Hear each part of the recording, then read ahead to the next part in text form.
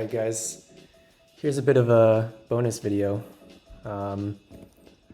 Just reviewing the games of the tournament, just to see if there's any mistakes or any lucky moments, or basically how can I improve for the future. So yeah, we'll just take a look at these games and see what went well and what didn't go well. I have all the replays here. Okay, 22 games. So yeah, just go in order, I guess. See if there's anything to comment on, like what leads are good or not, because it really is hard to tell. Anyways, I think this lead is probably fine. Not interacting with purple, only having like one opponent.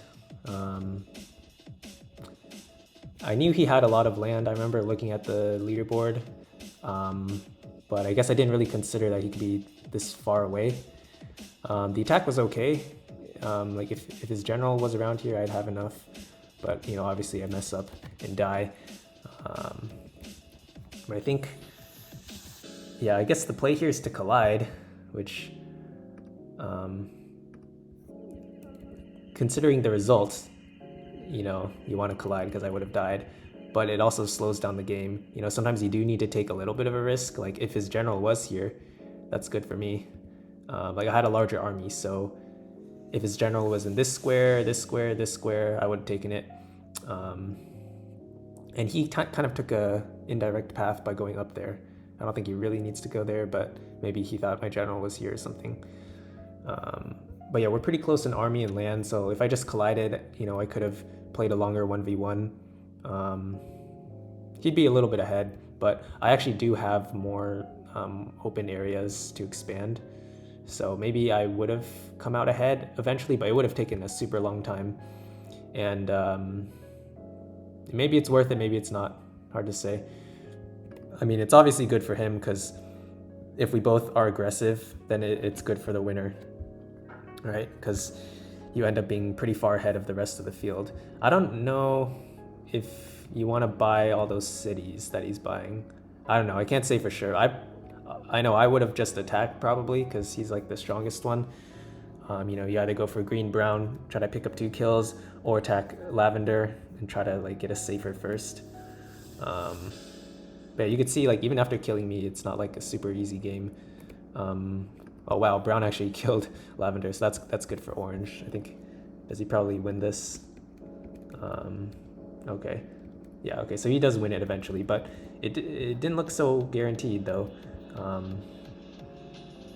Yeah, so maybe even if I killed him early, it wouldn't have been that easy of a game.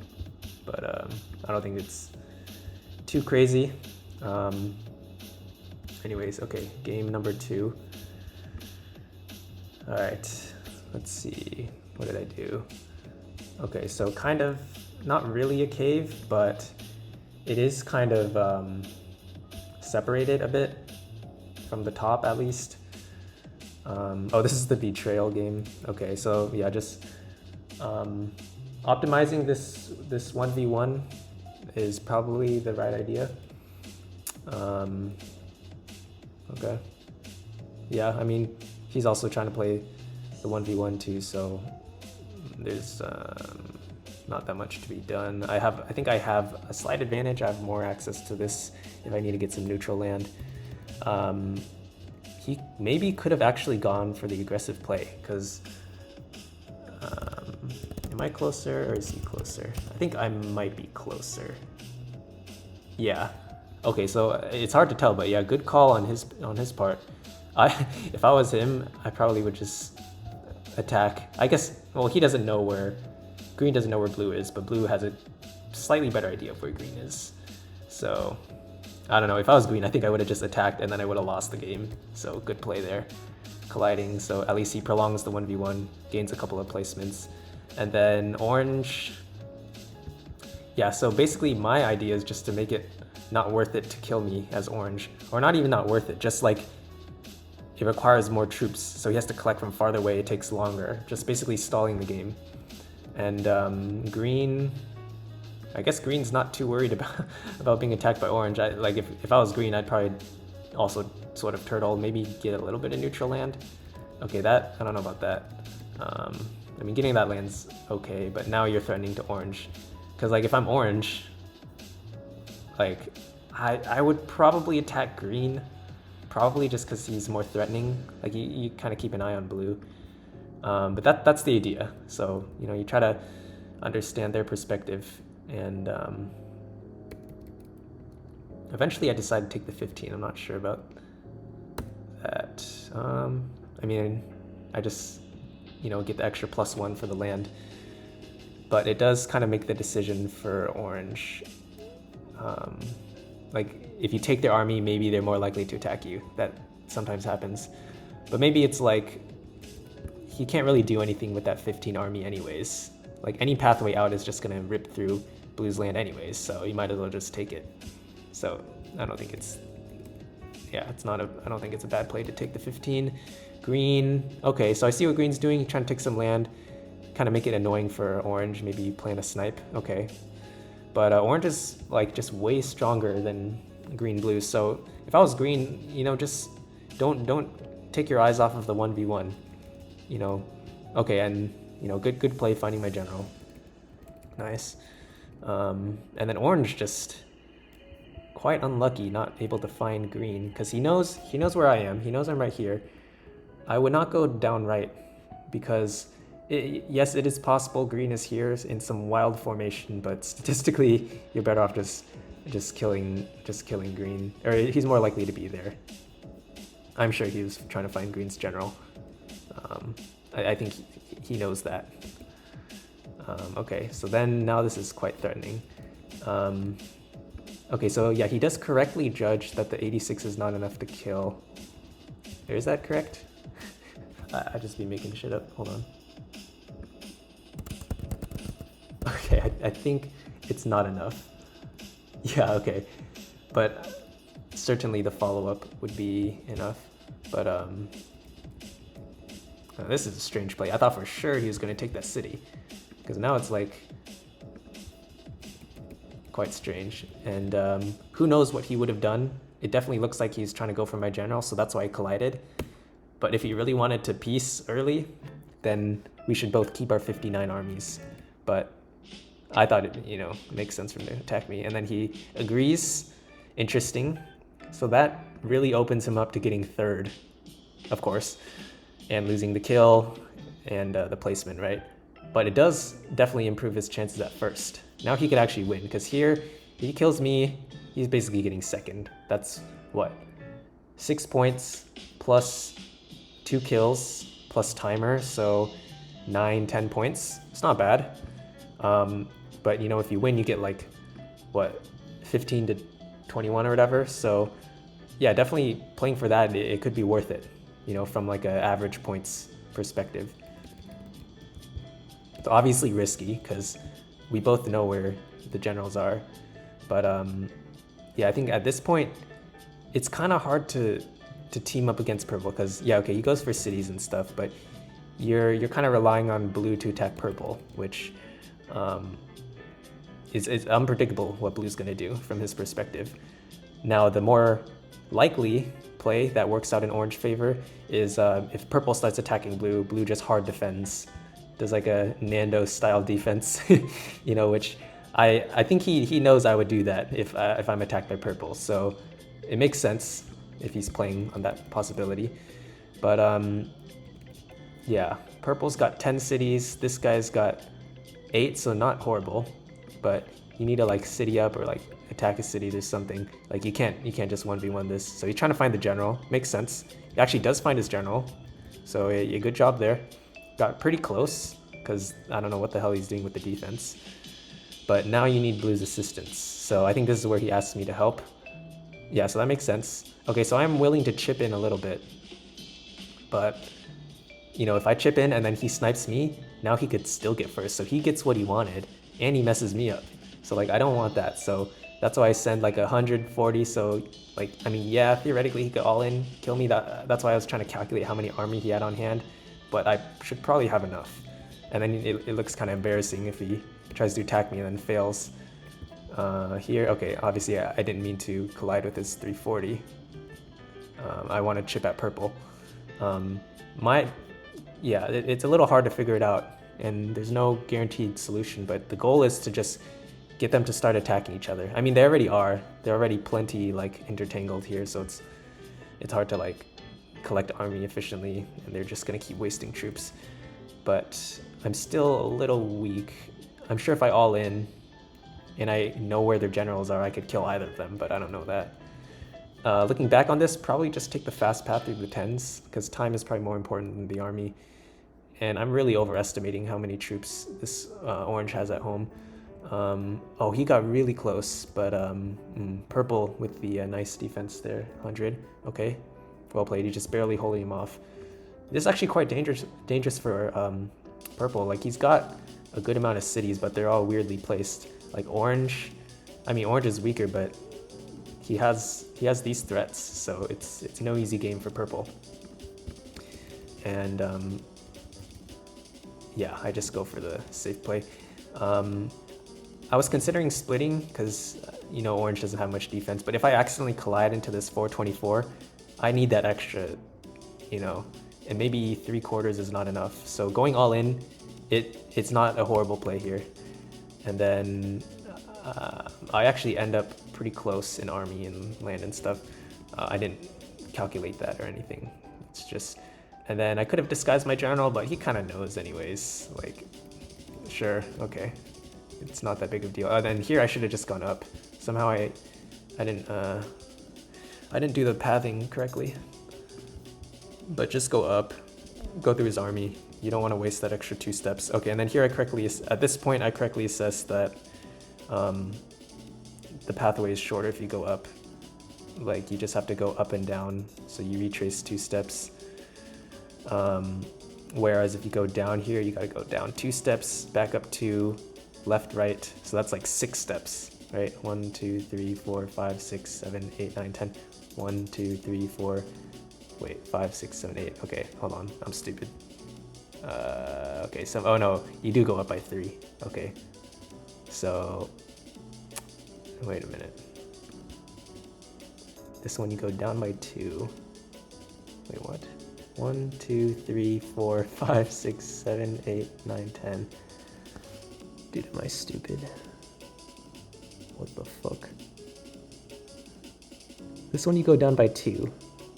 Oh, no, because you do need to go up. So if you go this path, you're wasting like 2 steps vertically, whereas this way you're wasting 2 steps vertically and then 1 step like horizontally. Okay, no, so I did do the right play. Yeah, like even if there's a city right here, I still reach his general faster. Okay, so that was really sketchy, but it worked out. Oh my god, these are taking forever. Okay, maybe I don't need to comment that much. Okay, this game, yeah, go for big land because no one's nearby. That makes sense. And then what is this? Just attack orange. Okay, yeah, so he messed up going for the city. I don't think you want to go for the city. Yeah, it's too risky. Like, unless you're really not going to use your army, because like that's kind of a crazy statement to make, right? I'm not going to use this 50 army for a long time. Like, you could only make that statement if you're like in a cave. Yeah, so that city, no, that's probably like how I used to play, I think. But yeah, you end up really vulnerable. Okay, and then yeah, don't die to green. And then, okay, I thought that was a general, but yeah, definitely get the vision, that makes sense. And yeah, correctly choosing green to attack. Because if you attack brown, like they could defend, it wastes your time. And blue is just a little far away. At this point, yeah, okay, not much to comment there. Okay. Alright, this game, yeah, kind of an awkward lead. Although, due to these mountains and stuff, if there's anyone on this side, it's going to be a long path to fight each other. So, maybe that's better. You end up not wasting as many troops, and both sides acknowledge that you can't really kill the other. So that could be a good thing. Yeah, I didn't expect this weirdo lead. I thought for sure he was probably down here. Interesting. So that's another thing to pay attention to. So turn 17, 4 guys with no land. So, I mean, they could do a small footprint or AFK, but we're just going to assume that they do a 17 lead. Like if I'm in-game playing and I just glance at the leaderboard, that's what I would assume. And that would be enough to fight this guy, but there's not really that much I could do. Like because he's doing this offensive shit, he leaves his journal before me, so I can't even reach him fast enough. So all I could do is just not die. And then, okay, so Brown gets a little lucky not only finding orange or red quickly, but having very few troops on general.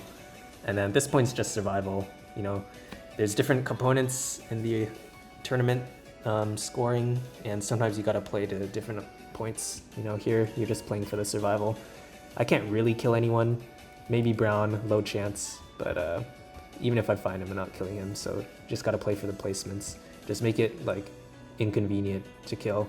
Like even after Brown kills red, like he can't even recapture the city, and then he just, I mean, yeah, he could recapture by walking all that, but sure, you wasted like 10 steps, and then you're not able to kill me.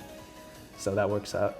And then here, you know, you could also try to stall against Lavender, but he's far enough ahead to where he doesn't care what order he kills the other two in. Like orange is not a threat. Like me, like just defending here, it's only a threat if orange is strong, going stronger and able to kill Lavender. So orange does have a chance here. Okay, not anymore, so that's that. Okay, here, yeah, so small map, which means you're likely to run into people, although it is 6 people, so maybe it's proportional. But yeah, like really good, like you see green going far, brown going far, and then suddenly you got these two dudes opposite sides of the map in combat.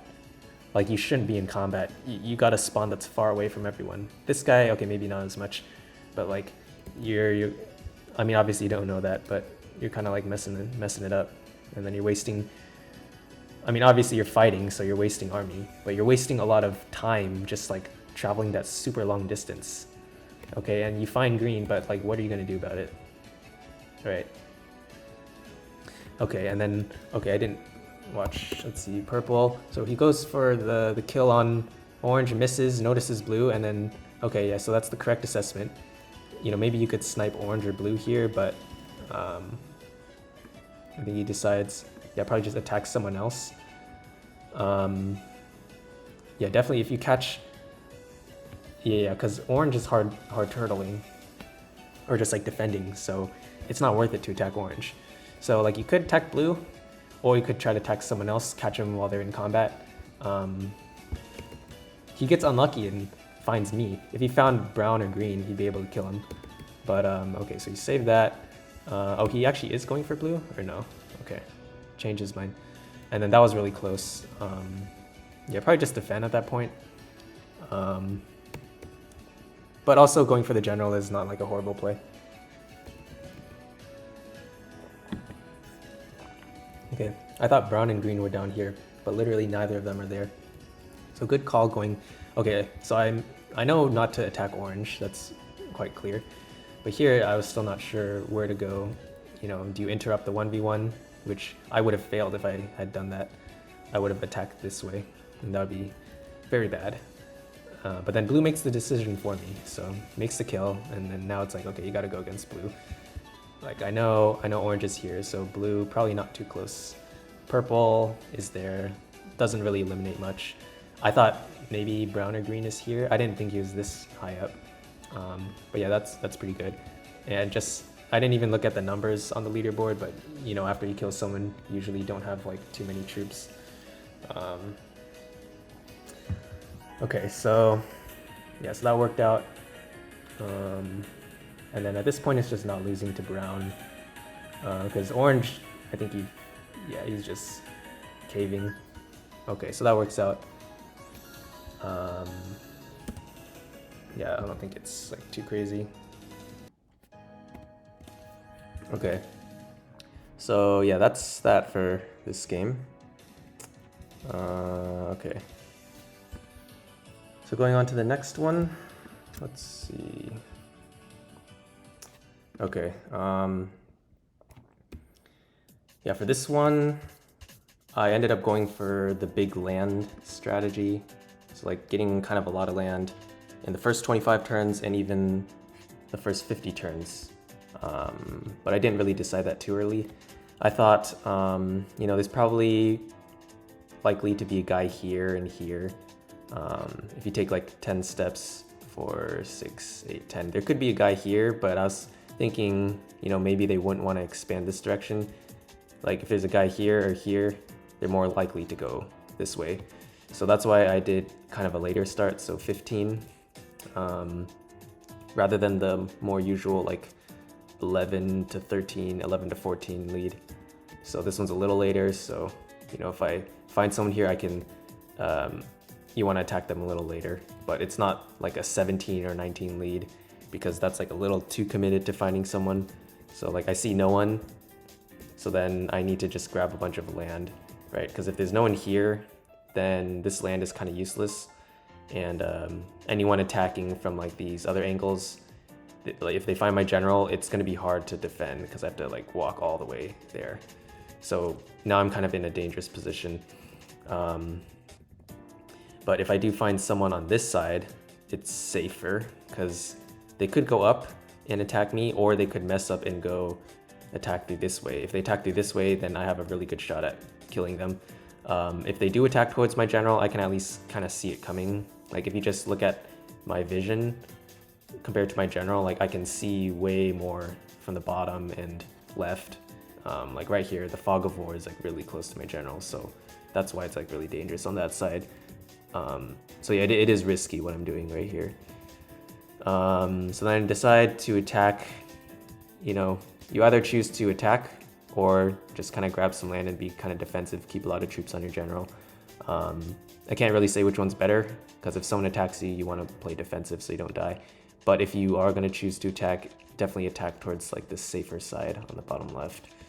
The leaderboard doesn't really tell you too much about who's attacking what, so I kind of do a little defensive. So I grab land with, you know, this small troop just in case someone attacks me, and then right, you know, it's 40, turn 41, so that's like kind of late in the round. Just grab a little bit of land. You can see like at every moment in time I have quite a bit of troops on the general.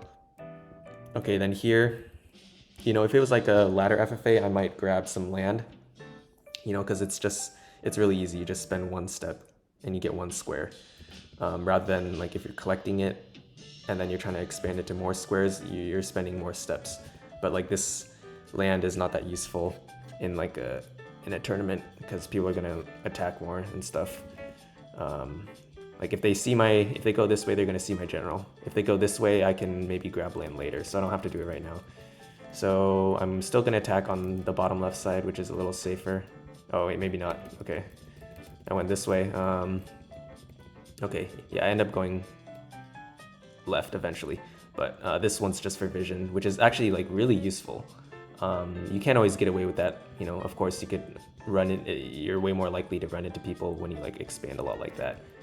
But if someone does find me there, they're gonna probably follow the strand and just go down this way, which is perfect for me because I could see them coming. I could plan a counterattack. Like I have a lot of time to prepare if someone goes this way. Of course, they could just take a shot in the dark and go down this way and find my general, but that's a little less likely. And I mean, I don't know how everyone plays, but that is just a little less likely to happen, so it's safer. Because you want vision, but you don't want to expose your general, basically. Yeah, so then, yeah, I do end up going this way. And right here, this is probably like the peak of the amount of vision that I have without having run into anyone. Obviously, you know, very fortunate that I'm spawned pretty far away from people. And then again, like this guy's also like relatively far away. Not as much as me, but yeah, you also have to just kind of deal with one person at a time if possible. You know, you don't always have the choice, but if possible, you want to just attack one person at a time. So I pick a direction. Like if I was expanding here and then someone arrived at one of my strands, then I would just pull it back and attack them. But you don't see anyone, so I could just attack. And then I don't think I was looking at the leaderboard because green is a little bit strong. And yeah, I definitely didn't realize that green had killed someone. So I was just attacking whoever. and you got a little lucky finding green right there. But even if I didn't find green and I found the dude he killed, that's still pretty good. I could occupy the city and then follow up, attack, probably kill. Yeah, like obviously if he was using this 90 in my direction, then it would be a lot more dangerous. Yeah, so that worked out. And then at this point, you just gotta snowball. You gotta just take, you know, whatever luck you got from the early game and just try to snowball. And then I would like to kill lavender and orange because seems like they're fighting. They're a little weaker, but since, you know, red's already attacking, I'll just go for the kill on red. And yeah, you know, it only really gives you just 1 point if you kill both of them rather than just killing one of them. Because like at this point, the win is basically guaranteed. So you can afford to play more like aggressively and try to get both of the kills. So yeah, that works out. You know, just try to take a stab because I don't want to wait too long because one of them could kill the other. I don't know. Okay, yeah, and then this is pretty much safe. Okay, let's see this game. Okay, okay. So this game, it was a little more dangerous because you're not quite in the center, but you're kind of exposed to both sides. Definitely, it is a pretty good chance there's someone in this right side, and then maybe a little less likely there's someone here, but if you get double teamed, it's bad. And then if someone comes in from the right side, because there's like this choke point right here, it's guaranteed that they see your general. Like assuming you don't like defend it or whatever. Yeah, so I guess, yeah, red and purple are not really that close enough to attack me, so that worked out, but obviously you don't know that. So yeah, it's just about optimizing this 1v1 against orange. I didn't really see what kind of lead they had, if they're doing like some offensive like 17-19 start or not. Couldn't really tell, but I see the army's tied, so you just gotta just play with this like a normal 1v1. Yeah, I try to get a little bit of land, because like, you know, maybe if they're wanting to piece or whatever, then it's probably better to not just keep colliding. So I get like this one extra square, which, I mean, it's debatable if that's better or not. But it does give me a little bit of vision. I could see orange coming like a turn earlier, so definitely if you were to pick one extra square to get, that's probably one of the better ones. And then here, okay, it seems like he's attacking, so just gotta lock into this 1v1. Doesn't seem like there's much of a choice. And then the tricky part is like, sometimes you gotta get land, neutral land, when you're in the middle of fighting a 1v1. Because you can't always like take their land if it's too far away. But you don't want to like expose yourself to a third party, right? That's the hard part. Right, so you don't want to go like too far out. Like this square is safe, and then these three are probably safe, but you don't want to go like too far. And then some of these squares are safe, I guess. But yeah, so I just take a little bit of his land. I don't know if this is even good. Like at this point, like just play 1v1. I don't know if this is how you play 1v1s, but try to get a little bit of vision. And then it seems like he's not really doing anything. So I just want to attack first. So if you attack first, you know, it's not possible for him to kill my general because I'll just find his general first. So the best he could do is just collide and then retake the land that's close to him, which is like still pretty good for him. But then I grab a little bit of land. And you can see he is up land from before. Yeah, so he was grabbing a lot of neutral lands. So that's kind of the thing. Like if he's grabbing neutral lands and I'm not, and then we just keep colliding, especially if we collide like close to his general, he could just like recapture that land easier. And then look, he's up like 5 land. So now it's like kind of tricky. I need to like kind of do a juke or something.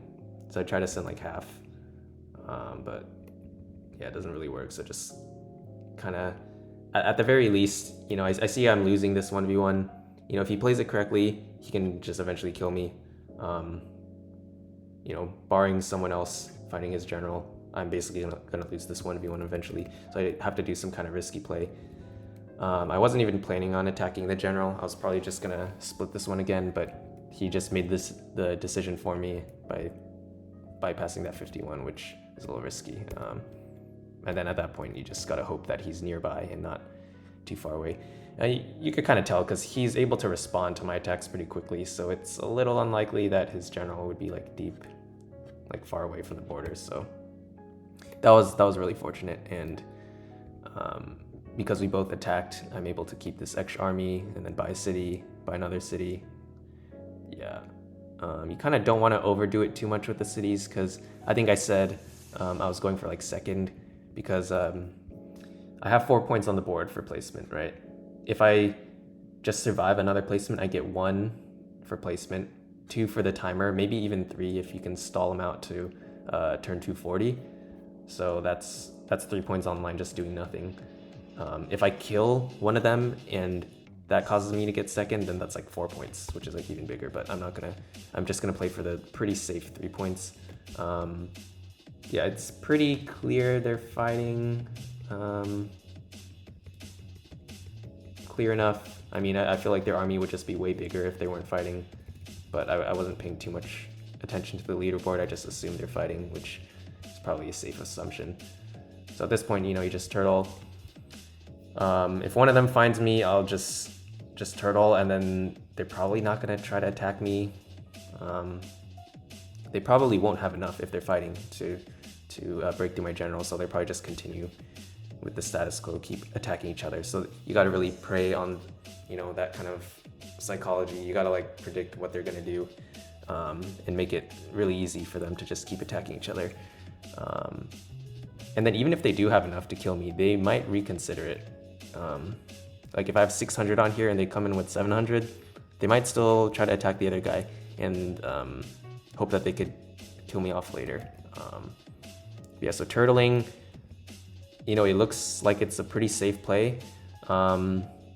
The only downside is like if one of them dies, you're gonna wish that you started expanding earlier and had more vision, more land, so you could have a better chance at getting first place in the end. So yeah, if I'm playing for first place, I would, take a little bit of land here and there, try to get more cities, build some momentum. But that comes with the cost of getting third. So, I mean, I don't know, like that's just kind of personal preference. Okay, yeah, I was just trying to get cities here. I knew this was a city, yeah, the 40, I could see it, but I want to like make sure there's no one on the other side. So I got scared there's brown, and yeah, here's the problem, because like other than killing orange, I don't have any information on the map. So seeing this one brown square, it means brown could be here or purple could be here. You really don't know anything at all. Yes, that's kind of the downside. I think if I were to redo this, I would probably send like 600 to attack and keep a little bit at home. I actually did not notice the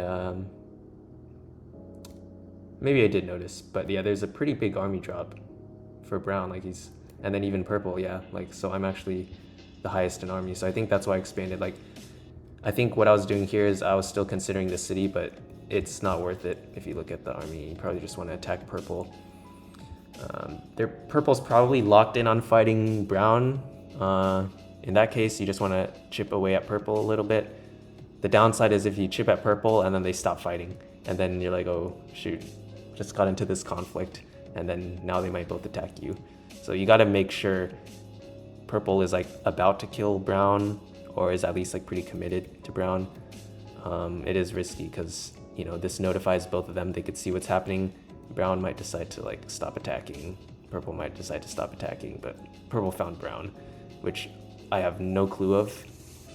But just because they're fighting for a long time, it makes sense eventually one of them is going to find the general. So there's no indication of that, but you could just guess that that's pretty likely. And then yeah, looking at this final 1v1, he should be up cities, I would guess. So 3, 6, 9, 8. Okay, he has 8, I have 5. All right, army is actually pretty close. And of course he has the land, but also knowledge. So, there's not like a knowledge column, but he knows where all the generals are. He basically knows where I am. But then there's a further column that does not show, and that's how much your troops are organized. So the fact that I have like 700 on one square means I have an advantage there, and his stuff is all spread out. So that gives me like more momentum in the short term, but eventually he's gonna win in the long term if I don't find his general. So, and yeah, I got a little lucky here. I had no idea that this was old purple land. It could easily be old brown land, but like even if he's not here, the question to ask is basically who's gonna find the other general first? Because if he finds my general, he could probably have enough to kill because I'm kind of all-inning here. But yeah, like if I see him coming, I could defend, maybe scrape together like 150 or 200. He could also do the same on his side. But yeah, it's kind of just a race to find the other's general. But yeah, like even if he's not here, if he was like here or here or here, like there's like a decent chance I could find him. So it's actually a pretty close match at the time of him killing brown. Like right here, I'd say it's like a pretty close match. I am able to move first because I collected all the troops. So that's another advantage of like the turtling. You always have like the troops ready, and your troops are all organized and stuff. But then it's at the cost of information, of course. All right.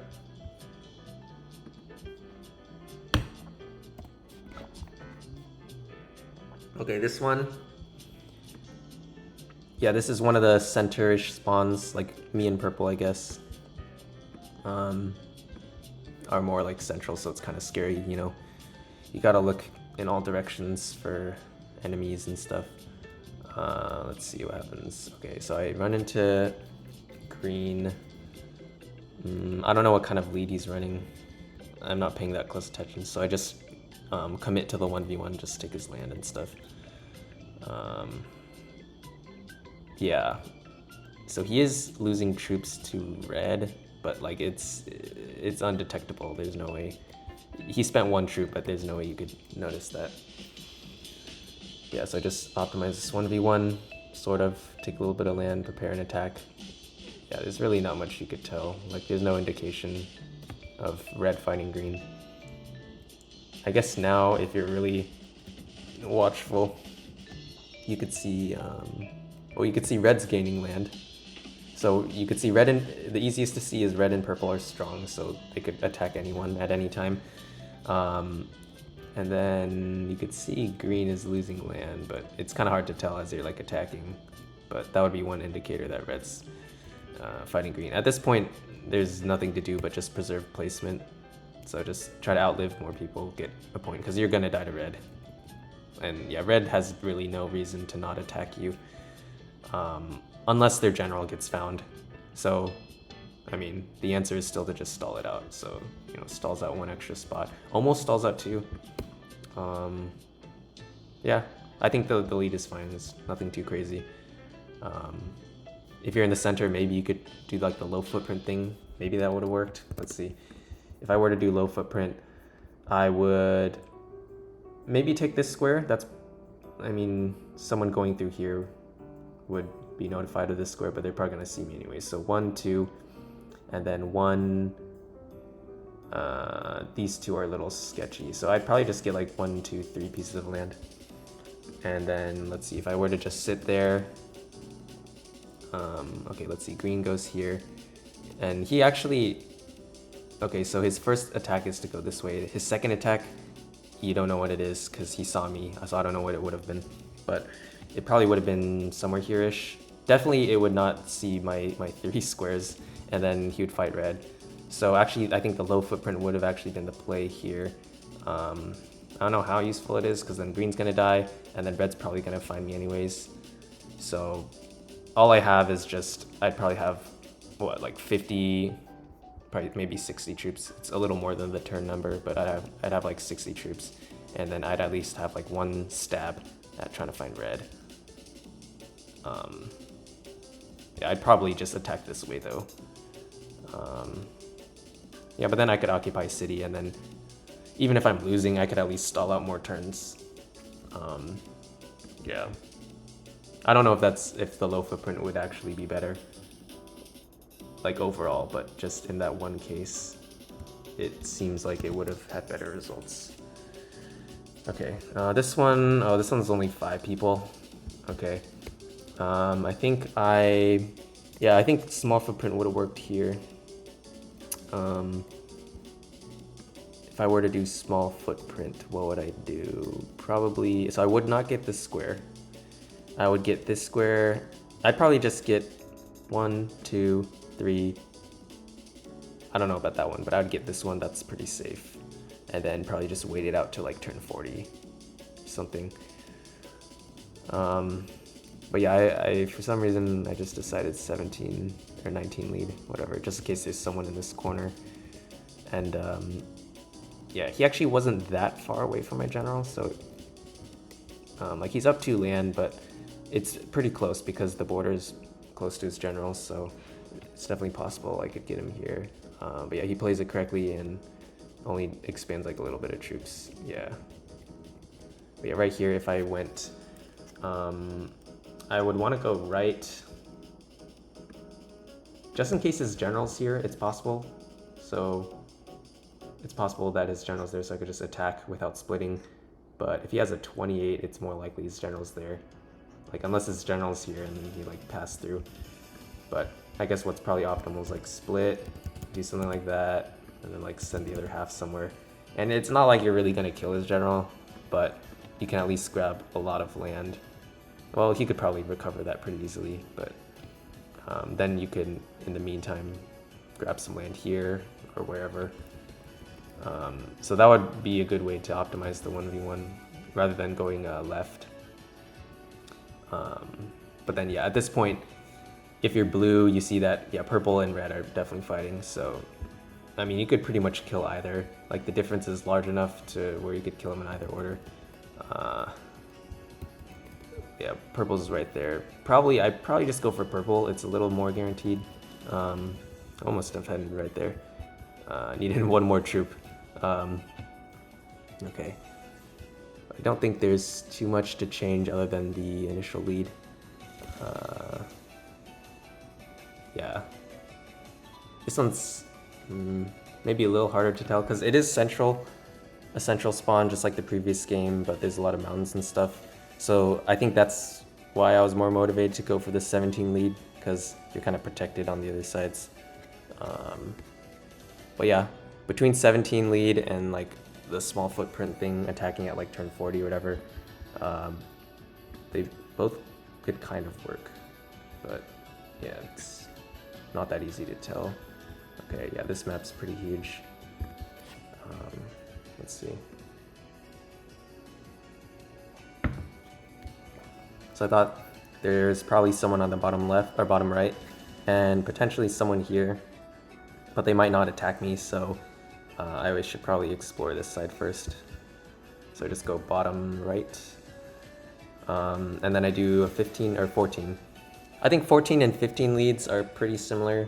You get a good amount of land that's far away, you get vision, but then you also leave your general pretty vulnerable compared to like a 11 to 13 start. Oh, I actually go left for some reason. I guess, yeah, if I'm gonna see someone on this side, it's probably fine to have this land. I could follow it up with getting that land. If there's no one here, then I would rather have this strand rather than going there.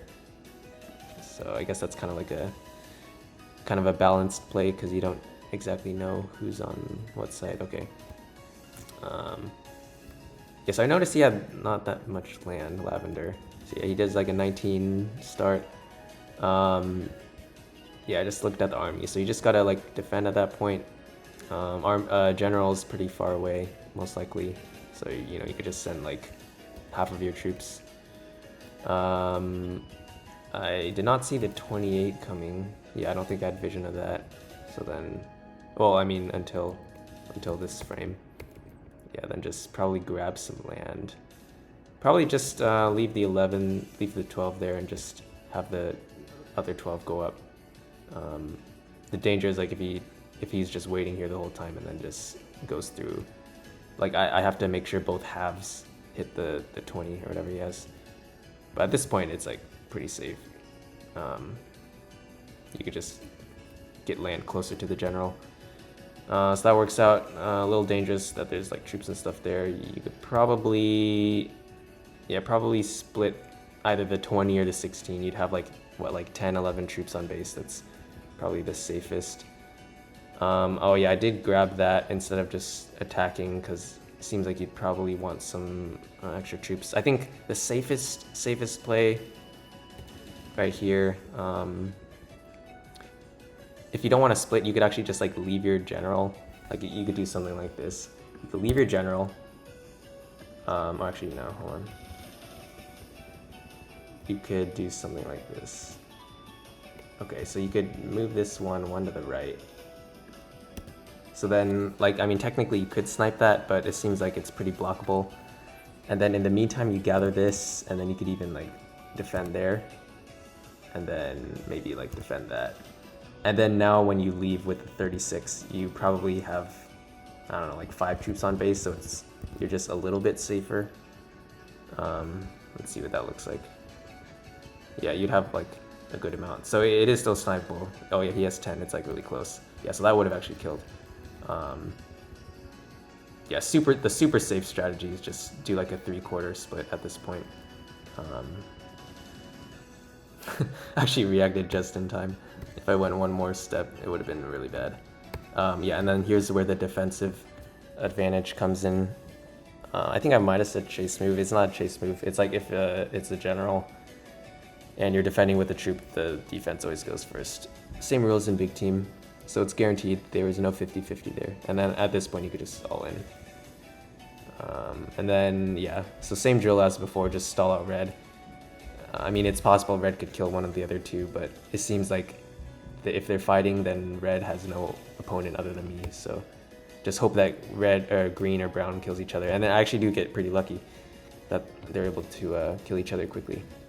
Get one extra placement. Okay.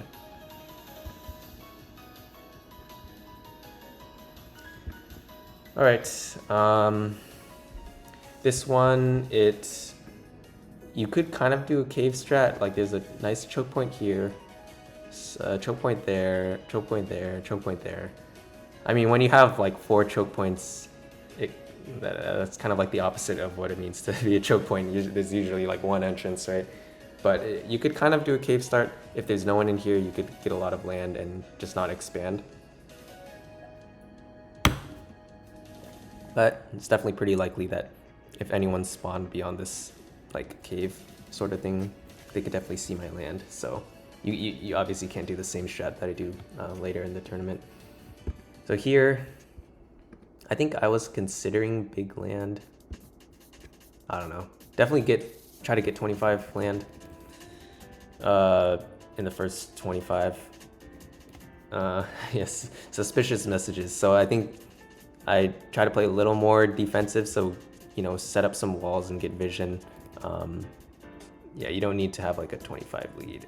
So I see green. It's like, okay, it doesn't look like he was really like attacking me. He's just getting vision, so I'm not gonna attack first. I'll wait. If he attacks me, I could easily respawn because it's a choke point, so I don't need to be like too aggressive there. And I think he realizes the same thing.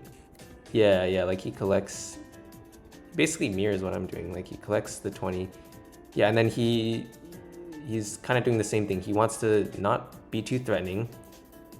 Like if he had the 20 standing right here, that's kind of threatening because I can see it and I might want to just attack it anyways.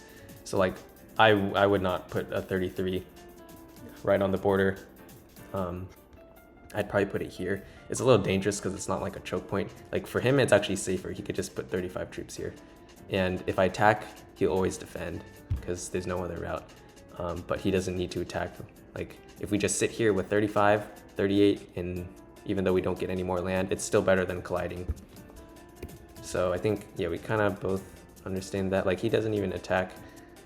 I don't know what he was playing. Like if Brown didn't see his land, I don't know if this guy would have attacked into turn 50. I wouldn't.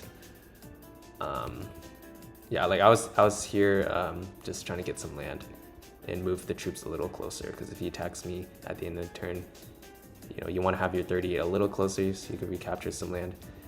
But here's the problem with what green was doing, and why, even though he's trying to do the same thing as me, he has a key component missing, and it's that the Fog of War is really close to his general. So it looks nice into the 1v1 that you know, you have your 40 troops that's like really close to blue, so you can definitely respond to blue if you need to. That makes sense, I agree with that. But the problem is the Fog of War is too close to your general, right? Like if someone's right here, you can reach the general in like 4 turns, and like technically, you know, if you have perfect reaction, you can always defend your general. So, you know, if you're like really good at reacting, then technically this is safe. But just a better position for green, because green and blue, you know, we're just waiting. So we have a surplus of moves. We can like put our troops wherever we want. So you probably want to put the troops where the 15 is. So just give yourself more time to react on this side. And like if blue attacks you, like you could respond anyways. This one's basically a choke point, because like there's no way I'm going all the way around, and you could easily defend that. You could even leave the troops right here. If you leave the troops on your general, then it could be bad if I attack on turn like 48 and then oh shoot, you can't respond. So I'd say probably just leave the troops right there. Yeah, and then his cursor is not even on the general, so not able to respond. Like this guy doesn't even attack at the like absolute closest point in the Fog of War, which would be right here, but it's still like good enough, and you can't react. And yeah, that's why I was like kind of surprised that, you know, brown had so much army, because I was like, okay, so green died, you know, we can handle that. I see his 22 is retreating, so that's good news. I thought maybe his general's here or something. 2, 4, 6, 8. Okay, that's 2, 4, 6. Yeah, that's not actually possible, but I thought maybe he collided, but you could kind of tell from the army that that's not the case. So yeah, turn 50, just grab land. That's kind of the usual. And then yeah, I think he's just going for information on where the general is. But at this point, he basically knows where I am, so there's no point really grabbing that land. You want to just keep it on the general, apply it to this choke point. I wasn't sure when he was going to arrive. If I knew he was coming, I'd probably just leave the 57 right there. Not to even like collide, but maybe he would try to do like an alternate path, or he would see it at least and then like grab from the 11, and then that at least just buys you a little more time. But yeah, since I'm late, I gotta just collide. And then here, yeah, still old habits, because in the old priority system, you know, you alternate going first. Like each color has like an order, and then every other turn, you know, you flip the order. So I'm still used to like attacking in 2 moves. So assuming he's going left, I want to attack him once. In the old priority system, if he moves before me, I would have to do another one just to catch him. But here, if you want to be super optimal, you don't have to do that. And you can instead, you know, take this land or take this land or something. It actually, I don't think it really matters. Maybe it did matter a little bit, because if you go like this, you can optimize, because you really want to attack these lands. You don't really want to attack anything else. Like getting neutrals is okay, but you'd rather just attack something like that. So like this would be better already, and then you can maybe get 1 more neutral land. I mean, you're still down like 70 army.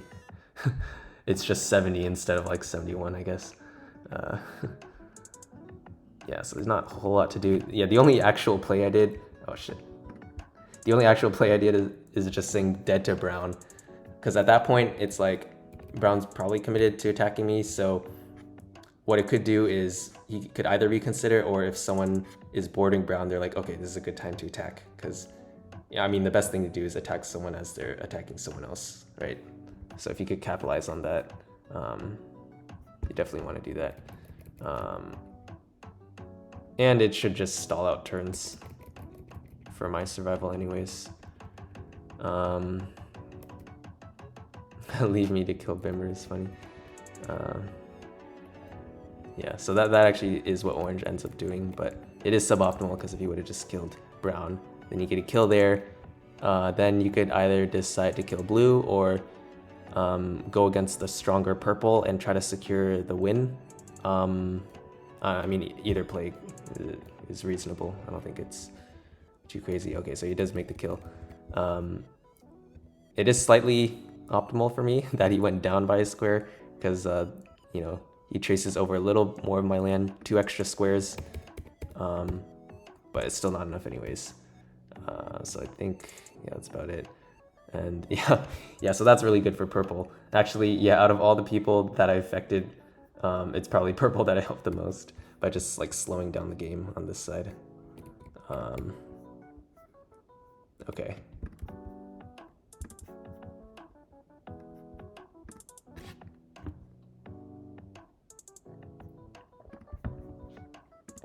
Okay, kind of a center-ish spawn, but the map looks big, so I think that's why I didn't go for the small footprint strategy. Let's see, what did I do? Interesting message again, but I don't think that affects gameplay too much. Yeah, this guy, actually he left the general at 14, but because he's like not moving every single turn, it appears to be like a 19 lead. So I was like kind of scared that his general would be like really far away. Yeah, and then here just like take some land, so that's fine. I know I'm way up in army, so I win the 1v1 unless someone finds my general. So, you know, you gotta be really careful with not expanding. Like you don't want this land, you'd rather just get, if you really need to grab neutral land, grab like this land here or here. It's a little dangerous. Here's dangerous, and then here is dangerous. So I really don't want to get that. Actually, this square is probably safe, but... And then, yeah, so I know that it took a long time to collect my land, so I have to anticipate him having left his general earlier. So I actually take the neutral land to just clear out a pathway that I'm gonna use to attack the general, but it's probably not even that good because he could just avoid that and attack my land. But he ends up taking the same neutral land anyways, so it works out. And then, yeah, the split is correct. I don't know about getting this neutral land. The only reason to get that is so you could see farther into his territory and maybe get a look at the general.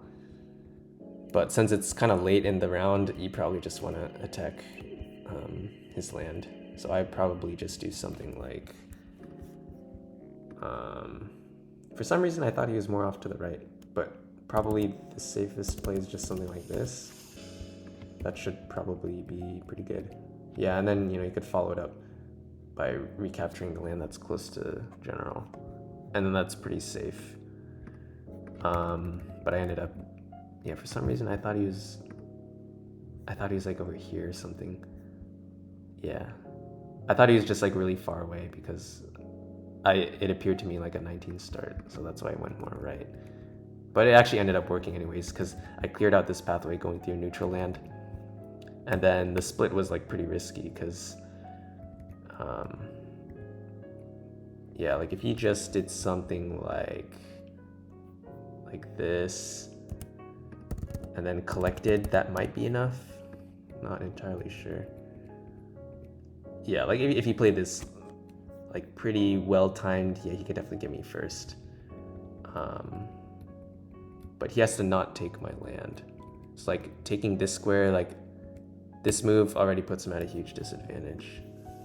But I think it's still doable. You can grab from around here. It's a little risky, but also that means he has to anticipate my split coming in. And I still have time to react and defend. But yeah, it is possible he can make some kind of a play like that. Instinctively, you want to just like re-grab from the general and do a push. That's usually like how you play it in FFA ladder. But yeah, actually the play is just grabbing from in the middle, which is like pretty weird.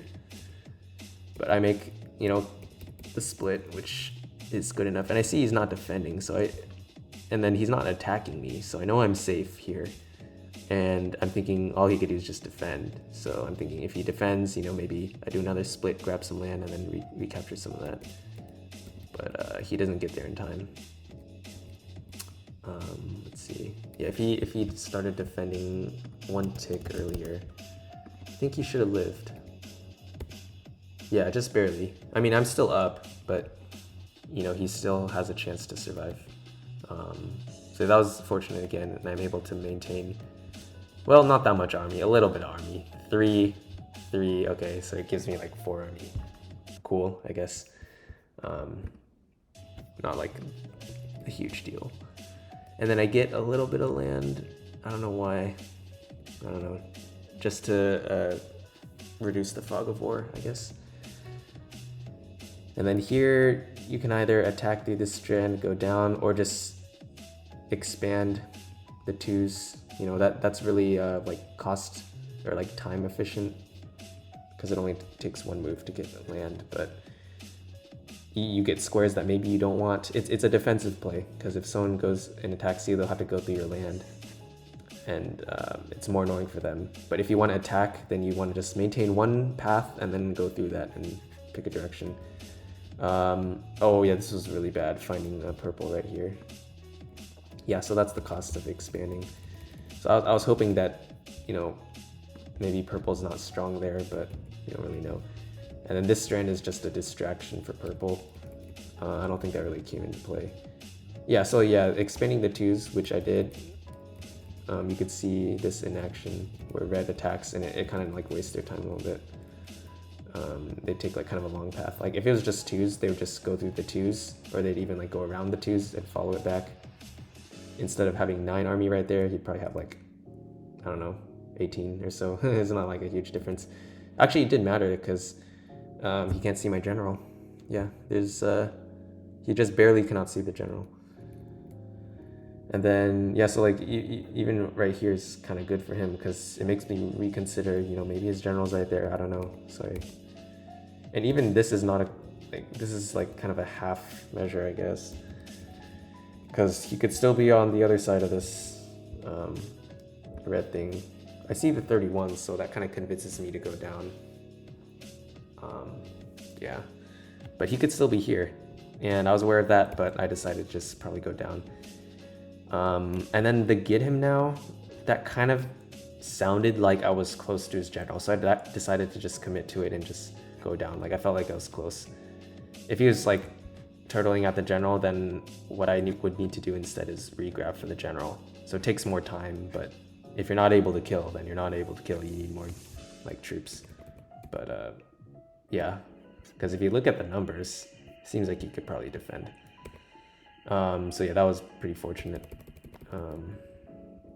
But yeah, just taking a guess at what the messages mean. And then here, obviously I don't know where his general is, but just take a stab at any direction and hope for the best. And I got pretty lucky that he's right there. Yeah, this one, I don't know why I went up. I think I was trying to gather these 3s for a stronger push. But yeah, at this point, once you see the 190 go there, you probably don't want to go up, just go down. And that way you have more army, and it just increases the odds that you'll be able to kill his general later. So maybe even going this way could be good, yeah. Yeah, I don't think getting these 4s is worth it, just take the path you already created.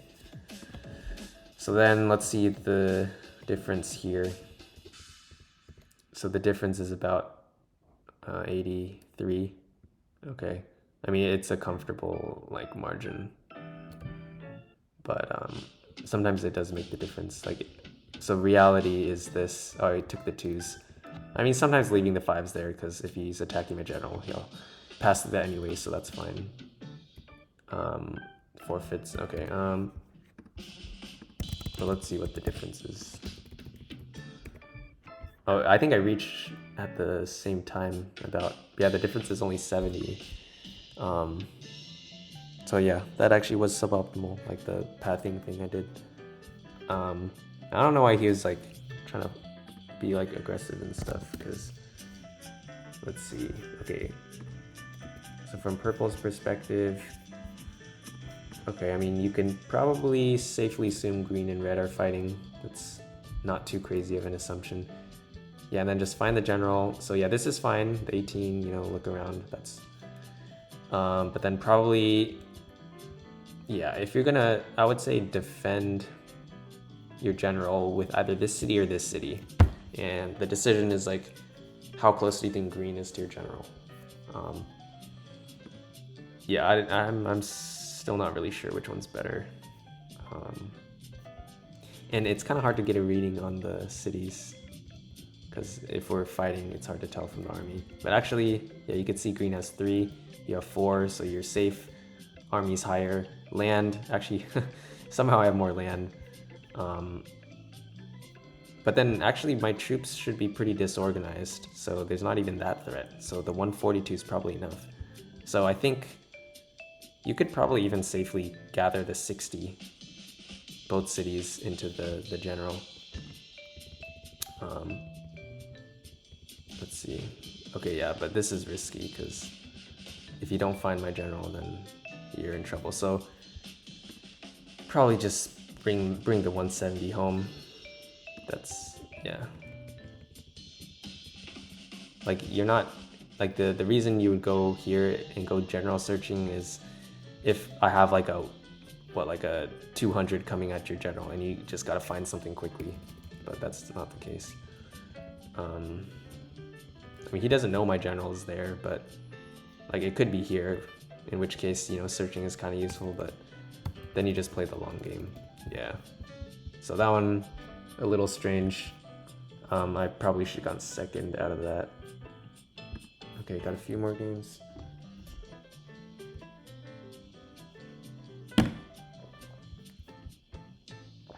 Okay, this one's center spawn. So, you know, you could always consider the low footprint strategy. But it's only 5 people, so you could probably afford to be more offensive here. Okay, this one, yeah, I decide again to lock in on the 1v1. Grab some land.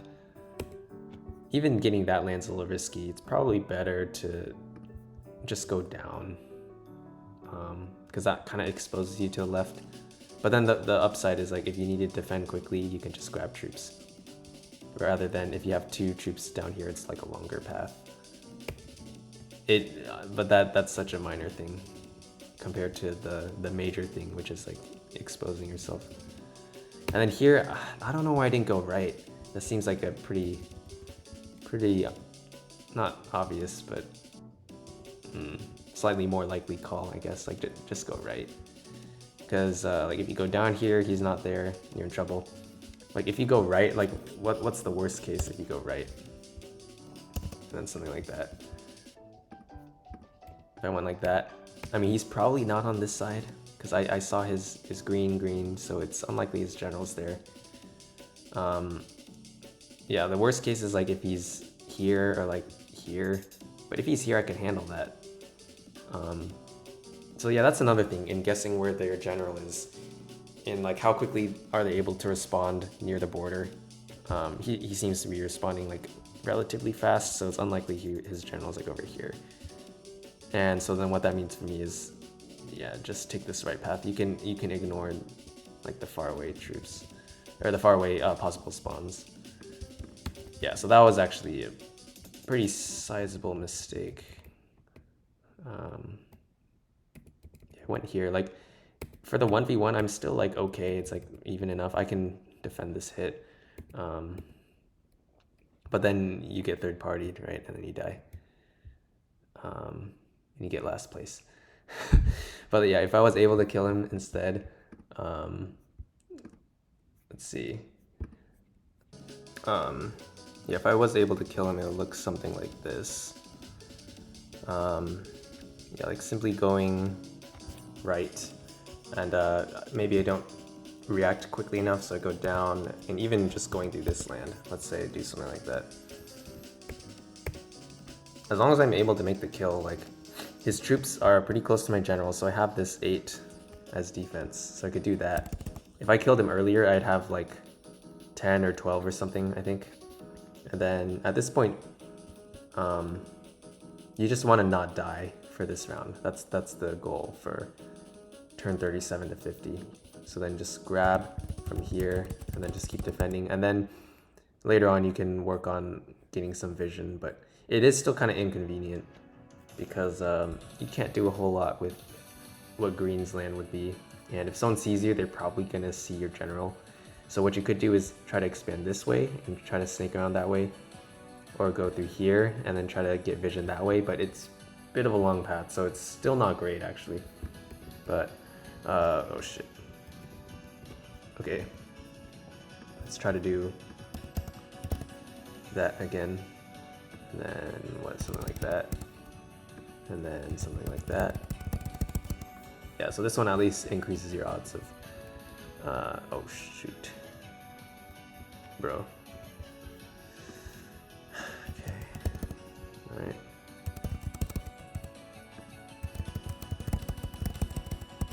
Okay, let's see. Oh my god, I have to click where the 8 is. Okay, so something like this. Okay, hopefully this editor thing works. I don't know if it works with the transferred land. Dude, oh my god. Alright, but I mean, you could probably tell what it would look like if you just imagine it. Okay, try one last time. Alright, okay, I guess we can't tell. Well, anyways, it would be about like 20, like 8 extra troops, right? So you could definitely eat a hit. You could definitely eat a hit right there, and then you're grabbing from the city again. And, you know, maybe you get like third-partied again by like red or blue or whatever. Yeah, so I guess red finds me, but you got at least survive for longer.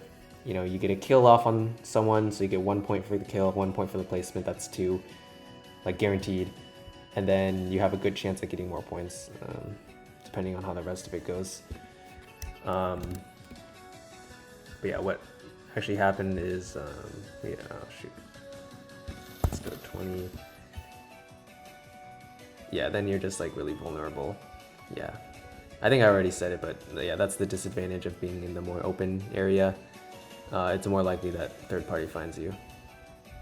Yeah, because like if it was just this isolated 1v1, I'm probably fine. You know, I am 2 army down, but it's not like that big of a deal. I could probably recover these lands and it would be a pretty close 1v1.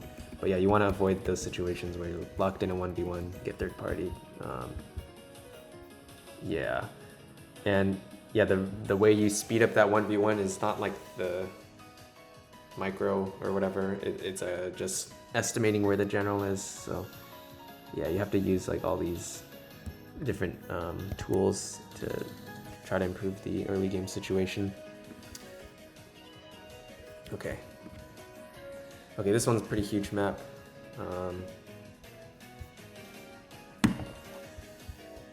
So I think I just went for a big land. Turns 25 to 50, but I mean, obviously you don't know that. You can only decide that once you don't like interact with anyone. So for some reason I picked this side pretty heavily. Like, okay, I'm not too worried about someone coming from this side because it's a long path. So I'm kind of naturally defended, but this angle is actually a little dangerous. Oh, but then this border is pretty nice because if someone's like spawned here or whatever, they have to take a slightly longer path. So actually the threats are like right here because you could take a direct path or like right here. But yeah, I just like commit to one side and yeah, I just get a little bit of vision because if there's someone there, then okay, it's pretty safe for me to just attack, or not really safe, but like that's kind of what you have to do. If there's no one there, then you don't have to commit to keep going this way. You can try to get some vision elsewhere. Yeah, so this is pretty good. I get vision without like connecting it. So if someone attacks me from this angle, I can see it early and it's hard for them to find my general. So that's really good. And then I am still scared of this right side. So here, okay, I connect the land, but that's probably fine because you have to go out anyways. And you get a little bit of a wall right there. I guess I could have gone here. Yeah, maybe that would have been better if I went down here and then get more of this land. Yeah, that might have been better. Hard to tell. And then I was considering, yeah, expanding the 2s again, but then I realized, you know, you might actually need to use those. So I can always expand it at any point between now and turn 75. So I actually don't have to make that decision because if someone attacks me there, then I'm gonna regret expanding, I think. Actually, I don't know. Well, you want to expand right before someone attacks you. So I don't have to make the decision yet. But if I'm expanding there and then suddenly like someone attacks me here, I'm gonna wish that I collected this army. So I'd rather collect this army because there's nothing, this army is like kind of trapped. There's nothing to do but like collect it. Whereas the twos, you can use it to like pass through an attack or expand the twos. So I'll leave that decision to the end. Oh, okay, so then I do go for it because like this window, turn 57 to 66, I'm waiting to see if like someone attacks me. I have to change my game plan. If not, then okay, you could just safely go for the land. And basically throughout this whole round, I always have a lot of troops on general, so not making anything too risky. Worst case is just someone attacks me, but I can always defend it. And then here, I mean, this is just like a really small detail, but I think I could have taken this left 2 instead of going up, and then in the follow-up attack I just collect that. I don't even know why I made that, or if it really matters anyways. Yeah, I was really scared right here going into Lavender because it looks like he's the strongest, right? I mean, I don't know, he's all spread out like that. I guess you could see 66 land is kind of a lot, but that doesn't really tell you too much. Yeah, okay, he actually has 100, so maybe he has the most land, but that I don't think that information is like, you can't really use that too well. Yeah, so he like easily could have defended, or like, not like it's easy for him to defend, but from my perspective, it's like easy to imagine a situation, many likely situations where he has enough defense. So it's like, it's no guarantee there. Like this 63, I'm thinking I just get vision and let's try to at least find where his general is. And then in the follow-up attack, you know, technically I have more army and land, so I should be slightly ahead, but you know, it's obviously going to take a long time to kill him. But yeah, that's pretty fortunate. Then, I mean, this is pretty nice, but you still gotta like keep capitalizing off of it. And yeah, just snowball. So I see brown, I know green is somewhere here. I'm trying to really get the kill off on both. So I see brown is just like turtling. Or, I mean, it's not really turtling, but all troops on general, so no reason to attack brown. Try to attack green. Like you attack the dude who doesn't have stuff on general. And I think it's guaranteed that I know where this guy's general is. Yeah, it's literally disconnected, so there's no way he could have any land here. He could, I mean, technically could have this land if he has a city, but that's like way too unlikely. He could be here, like if you just follow the fog of war, he could be here, it's possible. You could actually take a look at the land, see he has 19 and like 10 of those squares are visible, so he has 9. So it's pretty unlikely that he's down here. Or you could just do the 10-step thing, because what, brown is here, so 2, 4, 6, 8, 10. So technically he could be, green could be here. Or if you go this way, 2, 4, 6, 8, 10. Oh, so there's actually literally only one square. I mean, it's hard to calculate that exactly in game, but it doesn't really affect the play that I do. Like, I'm still gonna attack you this way anyways. That's pretty clear. And then, yeah, so I mean, that's an unavoidable kill. And then, yeah, I'm trying to kill orange and blue just to get that 1 extra point.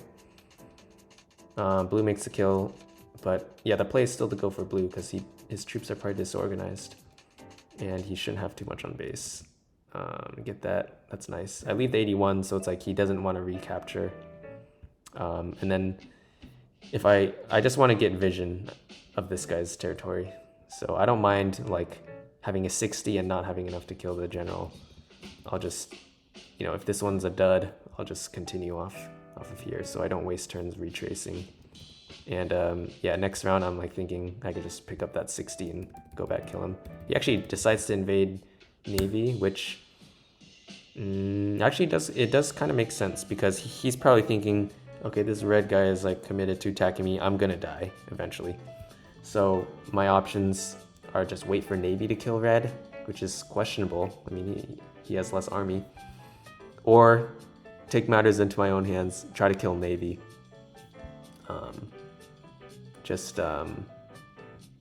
It's hard to tell if Navy's closer or red. But I mean, Navy just has lower army and land, so just go for Navy. Okay, seems like the more likely kill. And makes a decent effort. Yeah, he could have gotten pretty close. Yeah, so definitely, I understand that play, but at the time I was thinking, oh, maybe he just turtles and defends, tries to waste my time, which is also play. And because Navy is a little threatening with those numbers and the city, so from Blue's perspective, you know, even if Red's able to kill you, they might change their mind and try to go for Navy to secure the first place. So yeah, like I don't know which one's better. This is another one of those like personal choices you could make. Do you like turtle here, or do you try to get a kill? Yeah, hard to say. But that works out for me. But I have no knowledge of him. Like if he turtled, then he has 180, and then yeah, then it gets tricky because I do have enough troops to just kill Blue anyways. But then Navy's attacking, so if this didn't kill, I would probably just leave it there, occupy the city, just not move anything at all, don't waste any moves, and then grab all my troops and then try to do a blitz into Navy.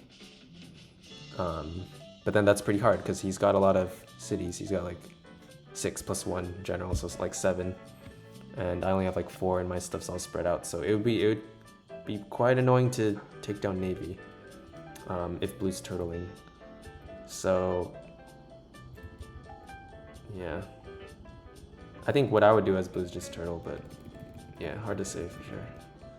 But then this is pretty fortunate that he's, not only that he attacked, but I was able to find him quickly.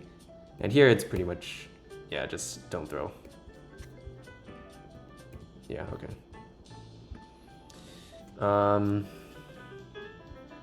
Alright, so there's about 6 more games to go. Oh, another huge map. So I try to, so I'm coming off of that game where the big land thing worked, so I think I'm trying to do that again. Or not. No, I'm trying to do like a cave-ish strategy. So like you get land and you always prepare yourself for an attack. And then you literally do not start any attacks.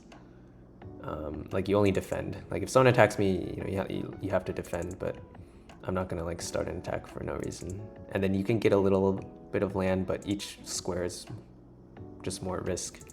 And this is like the rare city that actually like kind of makes sense. I mean, the easy one is like if you're in a cave, right?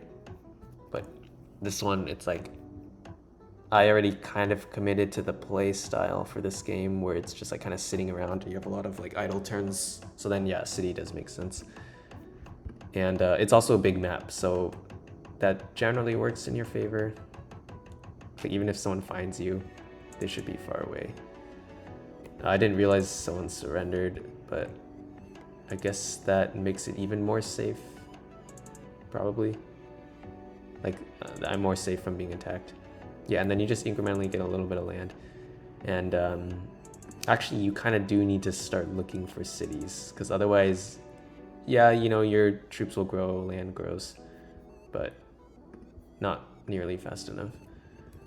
At this point, yeah, you can attack through this angle and it's pretty safe. If someone responds, it's a nice choke point. If you attack through this angle, it's easier to get to someone faster, but it's also a little more dangerous. Oh, it's kind of a choke point, I guess. But yeah, I'm thinking about where I'm gonna attack. Grab a little bit of land. Like when I get these little 2s and stuff, if I see someone right there, I can immediately respond with the 300, and they're probably not, their troops are probably disorganized enough to where they can't defend that 307. That is if their general is nearby. If it's not, then okay, it doesn't really help me that much. Yeah, like you can see all of this land is free, but you don't know that, so it's not really that worth it. And then yeah, just try to grab any cities that are visible to me. And oh yeah, also the reason I didn't attack is because there's still a lot of people alive. So yeah, like each person is kind of waiting for someone else to die, and you get a point, right? Waiting for them to die or like actively trying to kill them. But like for me, I guess I'm more like at risk because I have so little land. It's easy to find my general. So it benefits me more to like just wait it out and get that point.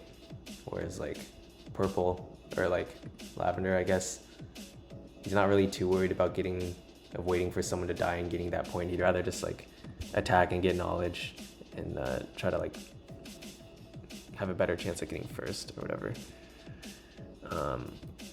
But yeah, as more people fall off of, or just die, I guess, then I can afford to be more aggressive. Like if there's only like 3 guys left, you could probably just attack, and you're like, you kind of just have to make a play at that point. So yeah, 4 people, it's getting a little close, but I'm trying to like estimate how long this game's gonna take, and it seems like it's gonna take longer than the 46, so that's why it probably makes sense to go for the city. But that's a little worrying that Lavender was able to make a kill, so then yeah, I try to cancel that city but failed the micro. But yeah, like this city doesn't really pay itself off. No, actually kind of does. Yeah, I think it does, but yeah, if this 700 came earlier, then it's not that good. And at this point, it's just stalling him out. Like, yeah, if Blue's pretty committed to attacking me, like it's pretty obvious Lavender's the strongest. So if Blue sees me, they're definitely gonna kill me. Like it doesn't matter how much it costs. So I just gotta like stall him out. He has 670, so I need to somehow come up with like 40 more troops. So I have like an 11 here, 20, but it's like so far away. If he just wanders around, he's gonna find me eventually. Like he basically explored everything. Like this is a good exploration. You see all the land. Yeah, you're missing those 4. Maybe he thinks this is a dead general, I don't know. And then there's also this land here. And also like sometimes, you know, players get scared when they're being attacked and they kind of forget to continue attacking the person they're attacking. Like at this point, like it's over, you're gonna die at 326. But like sometimes they'll like wait like a tick or 2, and then that buys you more time to defend and eat the hit. But he doesn't actually waste any moves here. It's pretty efficient. But Lavender is able to find him, so yeah, that's all you could play for. Just it's not glamorous, but you get pretty consistent points. What, like 6 plus the like 2 timer points? That's pretty huge. Like the jump from 3rd to 2nd is pretty significant. Obviously 2nd to 1st is the biggest, but like 3rd to 2nd is you have to take that into account.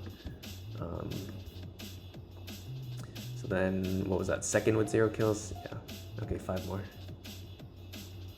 Okay, this one's great. I mean, it's you can't always get a good spawn. These are pretty unlikely. But if you do get it, you gotta not mess it up. Like, do not do some 19 start lead. Like it could be like kind of attractive, I guess, because you're like, oh, it seems like you're pretty protected by this cave. Like assuming there's no one here, you do 19 start. Okay, no one's gonna surprise you from the other side, but like this is not a direct path, so you're not gonna be able to kill that easily.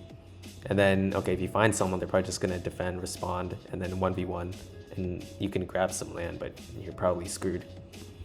And like you don't want to speed up the game when you're in a place where people are gonna die and you get those survival points. So for me, I want to slow down the game as much as possible. This guy, you kind of do the same thing, slow down the game. Actually, wait, even this guy, that's kind of a lot of mountains that is able to produce a lot of these caves or like cave-ish sort of things. So like probably just take this land and then just block this. Maybe you don't even want to get that square because that could expose you to someone there.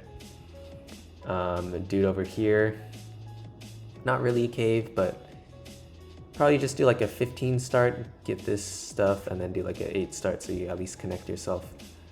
And then this guy, yeah, you could probably get all the land up until this point. So I don't know if that's 14 start or, I mean, there's probably a lot of ways to get that, but whatever land this is, like don't bother getting 25 land, just get all of this, get that square. Definitely do not get this square. And then this square is probably okay, but you could also not get this square because you might not want to expose to that side. So a lot of cave situations. And then, yeah, so this one, like, you're not in a cave, so you gotta make some kind of aggressive play. You gotta, like, speed up the game. This one, yeah, same idea. And then, yeah, same idea. Yeah, so I actually, I did notice in game, I was thinking, you know, if people are trying to figure out where I am, because no one saw me for a long time, that you'd probably guess like a cave spot, right? Because I had like 40 land, so it's not like I had 11 land or something tiny and like hiding in here. So it has to be a significant cave. And I was thinking, okay, maybe people could think I'm there. So, and then looking back on it, yeah, that kind of does make sense. If you're spawned here, you can play a similar game. It's not quite as good of a spawn that I got, but still pretty good. Like there's basically one choke point. This way is kind of a long path. But yeah, obviously the danger is someone being spawned right there. I don't think anyone's here, right? 2, 4, 6, 8.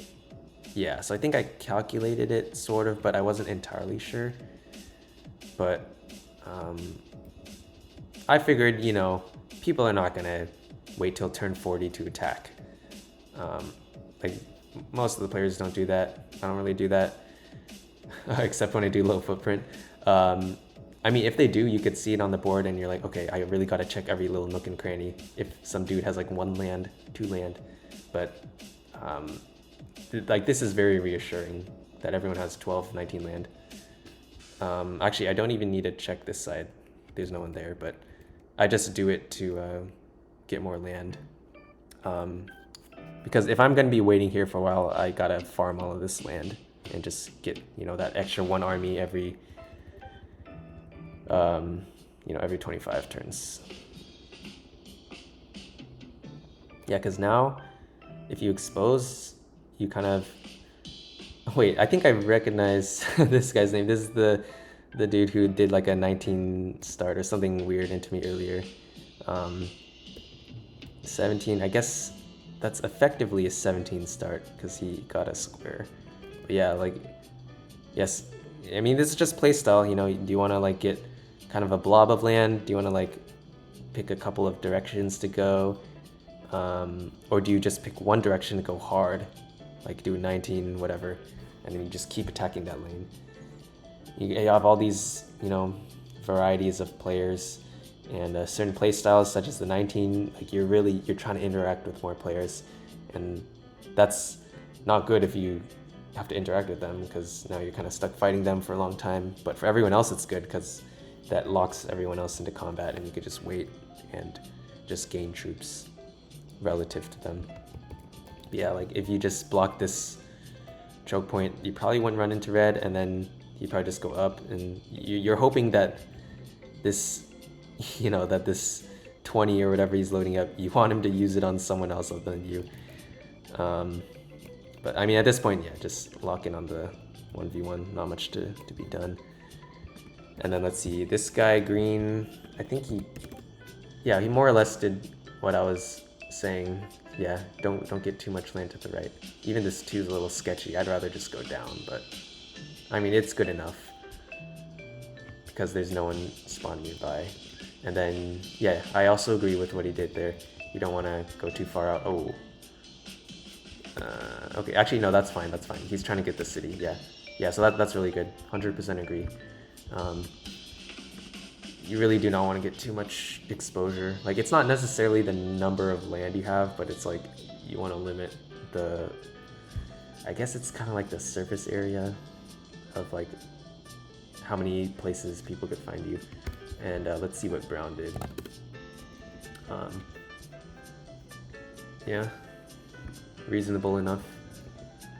Okay, and then yeah, so he just, yeah, you can see like everyone's kind of waiting. It's unlike ladder, you know, you kind of wait to attack later. So he's not attacking with the 35. He waits a little bit. So if someone attacks him, he can attack late, like after them, and get more land. I think. I don't know. Maybe I just made that up. And then, okay, well, at this point you kind of lock into the 1v1. Not a whole lot to be done. And it's like also pretty annoying Like, of course, like everyone's like pretty good, so the 1v1s may take a little longer, but you're like so far away. It's like almost having a piece here makes sense because it's like you're so far away. I can see you coming. You can see me coming. Like, why not just get some land so that we don't just keep wasting troops? Oh yeah, he does kind of do that. He's not really attacking. Yeah, like you could see someone coming, so it's like both sides have like a defensive advantage. Like I imagine, yeah, this lavender brown 1v1 is gonna take a while. Like if neither of them do anything too risky. Yeah, like they keep doing small jabs at the general just to check, but oh wait, this, oh yeah, but even that, like he has to attack like really optimally through the best path. One wrong step and then lavender is able to defend.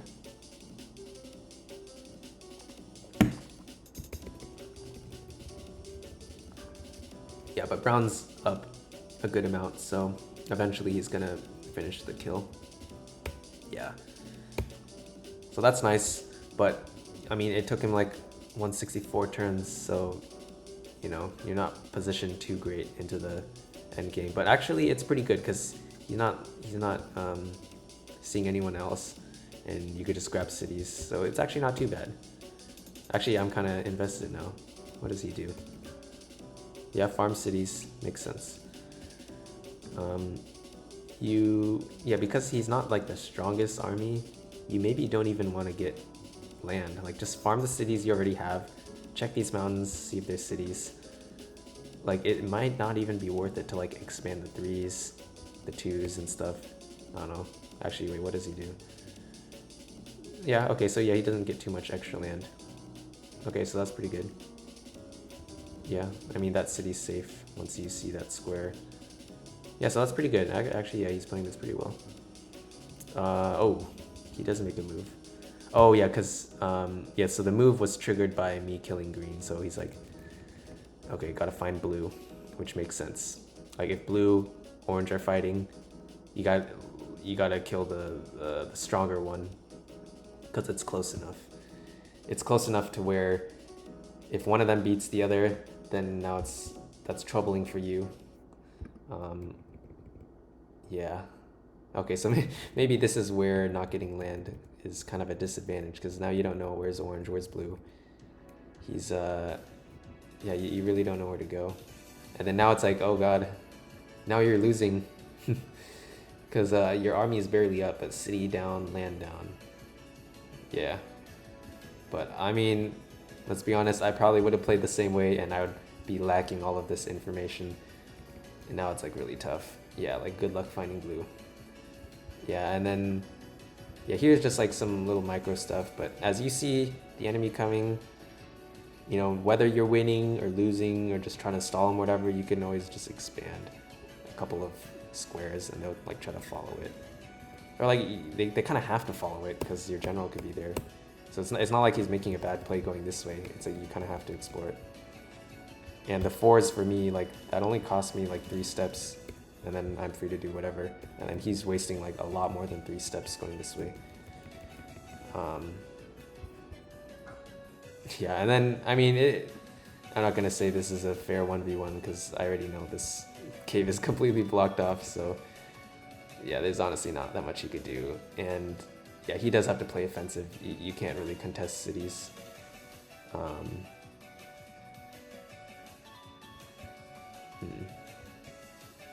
Yeah, and then here, okay, he's just saying like, okay, blue's here, I don't want to miss it. And if blue's deeper in there, I'm probably gonna lose anyways, so we'll just assume blue's close. So yeah, makes sense. Okay, I should probably take a look at the rest of the game. Perhaps. Yeah, so even with this pretty good lead from orange, it's still not enough to beat out the cave start that I'm doing. Even just one city that I have. Yeah, like I guess, yeah, so orange is the strongest at this point. Got tons of knowledge, good amount of land, and like okay cities, they're pretty spaced out. Yeah, you just gotta pick an angle to attack. You take a look at where your 3 cities are positioned, and then probably just attack maybe here, somewhere. Like here could be okay, but it's like so far away from your general. Probably not a good idea. Yeah, you probably just want to, pick a spot near your generals, get sniped. Yeah, left, that's fine. Yeah, you eliminate, that's pretty good. You eliminate all of this stuff. Green, okay, yeah, it's pretty clear green is tucked in there.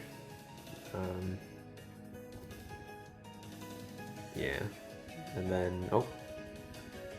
Yeah, it's pretty annoying. You got the city all the way there.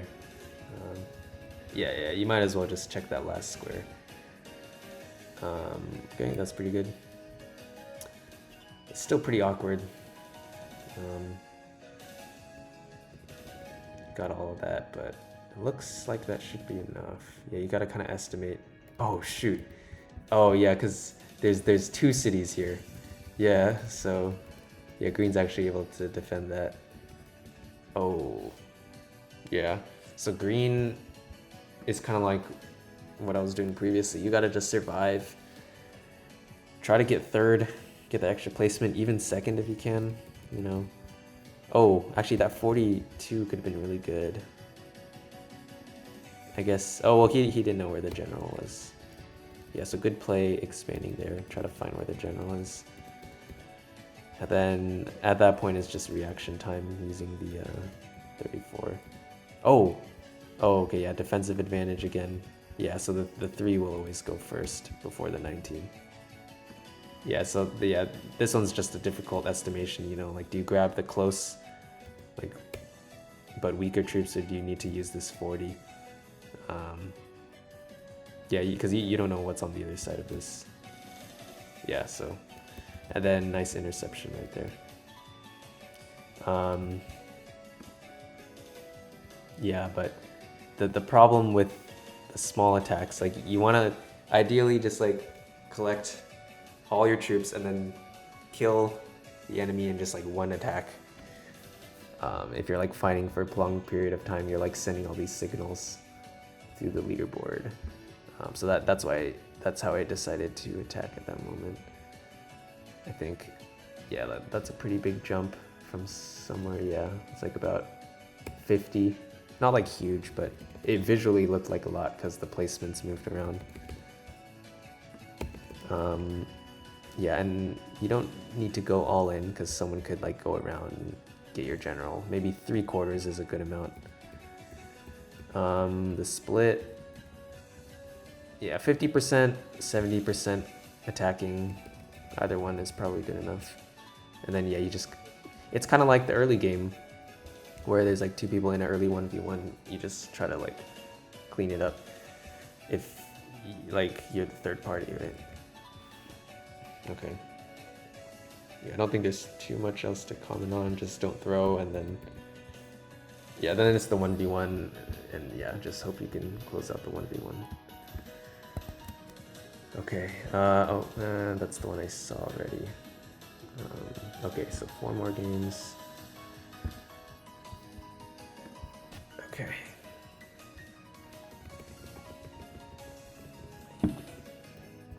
Yeah, so I saw center spawn. I decided low footprint. Just get a little bit of land, or just nothing at all, and then just wait it out. Yeah, so basically what I'm looking for is either a big like chit on players, like if they're fighting, but more ideally is just waiting for them to die. And I get that 1 survival point.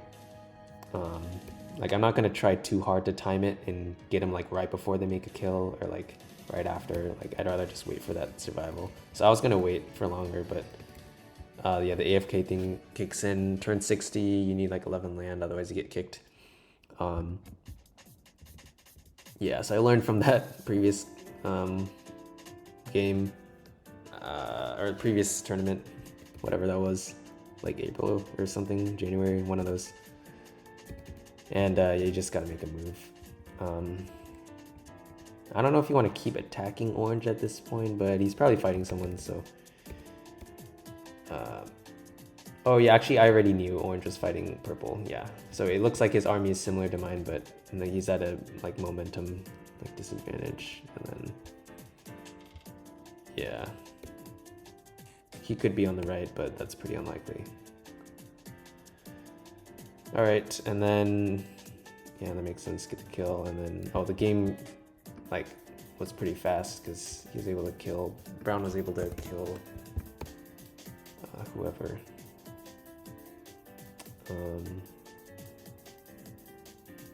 Oh, he killed blue right after blue made the kill.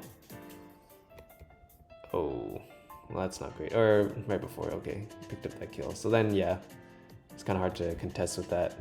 And for Brown, just like don't throw. That's about it, yeah, nice.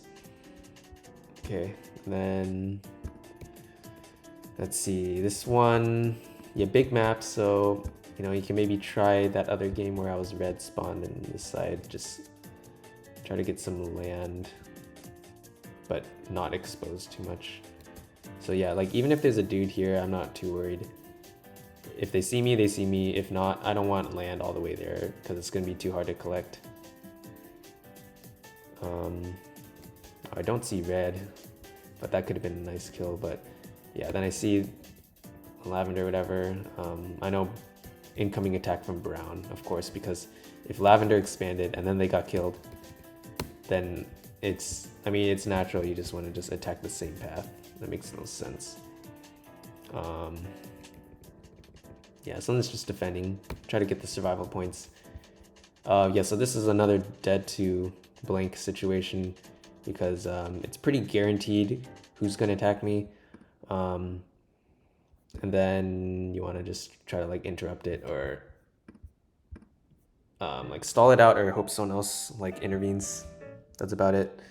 Like in case Brown's sharing a border with someone else, then that gives them a signal to make a move. I was considering actually putting the 52 out here, just so it's like pretty clear what the cost is. Then maybe, yeah, like if you're here, you'll either recollect or maybe just go around. Probably just go around, right or left. But even that's better because then, you know, you waste time going through this army. Or not waste time, you just waste army going through a more blue land. Like it's pretty clear that the general's nearby and it's probably not over there if I'm blocking this. But it still just stalls out a little more turns. But at this point you gotta just collide. Because if you don't, you know, you just lose even more land. Yeah, so just trying to stall out as much as possible. Like, okay, this is already pretty good. Stalled out like 2. Or that one's not good because he invaded me. But you stalled out another 1, so that's 1 point. And then almost stalled out red. Yeah, that was super close. I guess, yeah, so the way, assuming red, yeah, red did attack me. So it's probably just tie broken by the general, or by the army amount, 57 versus 50. It's kind of annoying, yeah. I mean, obviously purple will kill right after, but gives you 1 extra point. Yeah, so that's pretty good for red, and that's bad for me, and also bad for purple because purple would have gotten 1 more point. But yeah, and then yeah, it's pretty bad for brown too, to just burn the army there. Like if you're gonna burn it on blue, you want to wait till like after blue dies, so then it like gets cut in half, right? Yeah, then it's basically purple somehow managed to not interact with anyone else, so there's just 1 enemy, so it's pretty clear who to attack. Okay, and then yeah, not too interesting. Okay, whatever. Okay, 2 more. Okay, this one, let's see. Okay, so it's not really a center spawn, so you don't need to do the low footprint thing. You can't do big land because the map is too small. You don't want to expand too far. You don't even want to go too far this way because if an attack comes from here or here or here, You don't want land that's hard to collect. You're not too worried about like this angle. So that, yeah, that works out pretty well. And then here, yeah, just kind of don't mess up the 1v1, which I messed up. Okay, yeah, getting the 2 is fine. Then, yeah, probably don't need to attack with the 9 because that should be cleaned up by green anyways. Just use the 5 to get some land. Okay, could have waited one more turn to like get an odd number, right, and attack the 1s, but yeah, it's close enough. Like, it's not horrible, but you're still down like 2 or whatever. It's not great. Here, yeah, you could probably get the green land. That's fine because it's kind of a choke point. And then, yeah, obviously, like, don't mess with the micro, but like, you can go down like 2 squares. Yeah, I don't know why. Was I like lagging or something? I don't know, but yeah. Yeah, here it's just like 1v1 skills. It's not too much FFA skills. Okay, and then yeah, I don't think it's too much to comment on. Okay, this is kind of whatever. Okay, and then let's see this last game. Okay, so what was I thinking? Oh yeah, so I was trying to reproduce that cave strategy thing. I think I counted, it's possible there's someone spawned there, like it's 8, 10, yeah, there's someone here, possibly. And then lots of possibilities for someone spawned there. But it's pretty easy to see based off land that there's no one spawned there. Yeah, at this point, I think at this point, I guess, yeah, blue could be here, but okay, surely at this point, you know, there's no one in the entire cave. So that's like really good news. So like, you don't need to attack. Like, sure, you could kill brown, but you could also get guaranteed points just like caving it out. Yeah, so got a point there. Someone's probably gonna die between these two. Someone's gonna die between these two, another 2 points. Because if you attack brown, you know, maybe they retaliate correctly and then get your general. Or not even brown, like if you attack and it's like blue or green, someone's strong. Yeah, like you don't even want to get that extra square. You don't want to get this square, that square, that square, because brown could be on the other side. Well, I already got this square. Actually, this square is probably fine. I didn't realize it was like blocked off like that. Yeah, you just gotta find a good time to blitz. Like here, you could probably, yeah, you could take down brown, but it's possible you might not be able to take down green, blue. Oh, what the hell? Blue actually sees green, nice. Okay. And surrendered, which, okay, I mean, it's extra survival. I didn't realize it, but yeah, definitely don't go for the city. Just attack into, try to find blue's general. That's all you could really do. Yeah, so probably should have done that. And then, yeah, occupy the cities. But I think I counted, he had like 5 cities or so. Like, even if I occupy those, well, that could be good. But if he recaptures, he's up like 2 cities, up army, land. So probably you just want to find the general. Yeah, obviously that's like a huge like retracing of steps, which is not great. I just wasted a bunch of time. But yeah, if I went to where the general was, it should be defended, I think. Yeah, 170, yeah. Oh yeah, and then I was trying to figure out like if it was safe to like, surrender or whatever. I was trying to get the extra point. Actually, if you load the event in a different tab, should be able to see the timer. So then you just gotta subtract the turn from like 240 and see if you have enough time to get the extra 1 point if you just like really want to squeeze out those points. But I just played it safe and just early surrender, right? Lock in the 1 point. Yeah, so it also helps to know like where you stand on the board. Like, do you actually need the extra 2 points? If that makes a difference, then you gotta play for it. But I think that's about it. What else?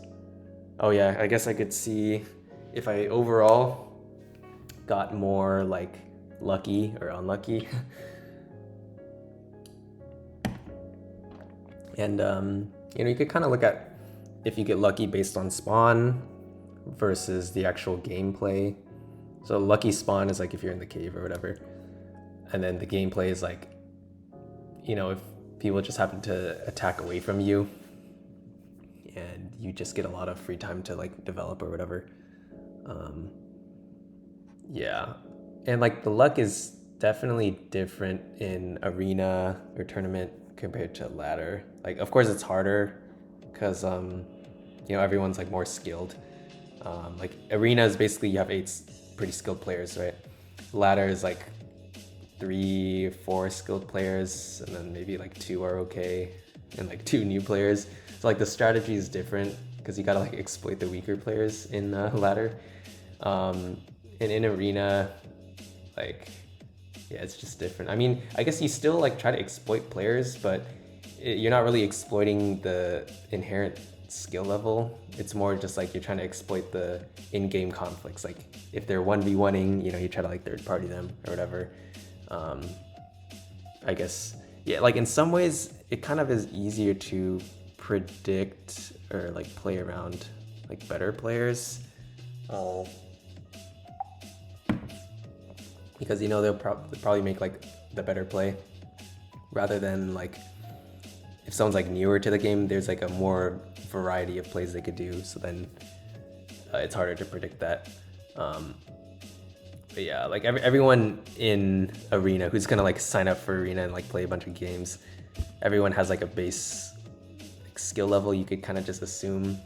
Like you have like basic micro, you know how to like get land and like plan basic attacks in like early game, and like you have general strategy of like how do you get to the end game and like win that or whatever, and then like how to like what path is like optimal to like attack. And then like beyond the basic skills, you have like different strategies and like player personalities. You know, what like do you do like a more offensive lead or like a safe lead, or like I don't know, do you like to go for cities, or like do you try to juke or just play like straight up? And then yeah, so that's like kind of up to you. You could just play however, and it's not really clear which one's better than the other. But like everyone at least has the base skills, so it's like harder to like juke and stuff. But yeah, look, have about 20 games. Oh, I thought it was 22. I think 19, 22. Oh, I guess 2 of the games like didn't count or something dumb. Yeah, so it was basically 20 games. Oh, I actually got 0 perfect starts. Interesting. Yeah, okay, I don't think the rest is too important. I guess what could be interesting is like you kind of have like a histogram of placements for each player to see kind of how, you know, different people play. But yeah, last thing I'll do is just take a look at if I was lucky or not overall. So we'll open up I'll open up these 4 games. And let's see, so this one, yeah, a little unlucky. Not like anything to do with this particular 1v1, but just that it happened before all of the other ones. But like nothing too crazy. Probably could have gotten like a point or 2 pretty safely. This one, yeah, pretty lucky getting the kill off on green. And then yeah, the end game, so this wasn't really lucky due to spawn, it was lucky due to like the player decisions, I guess. Yeah, so definitely came out ahead. If I got like 3rd or 2nd, that'd be what, like 6 points or so. Instead got like, oh shit, like 21. So that's actually pretty huge. Like potentially like 15-point swing right there. So definitely up in luck so far. Oh my god. This one, pretty much, yeah, I wouldn't say it was too lucky. I mean, no first place is guaranteed, but maybe just slightly lucky. So maybe I'll say in terms of, if I had to just give one number, I'd say I'm up probably like 15, 20 points in luck. Like I could easily have had 15 to 20 points less. This one, yeah, I think it was a little unlucky with this guy's lead and then also brown finding red quickly. But I was able to squeeze out points pretty well. Yeah. So maybe slightly unlucky, nothing too huge. Okay, and then let's see. Okay, so 3 wins, so probably pretty lucky there. All right. This one, yeah, the spawn was not great. I'd say the spawn was unlucky. But then, oh yeah, pretty lucky going into purple here. And then into blue, I was able to find blue's general pretty fast. And then at this point, it's not too much luck involved. So still quite positive overall.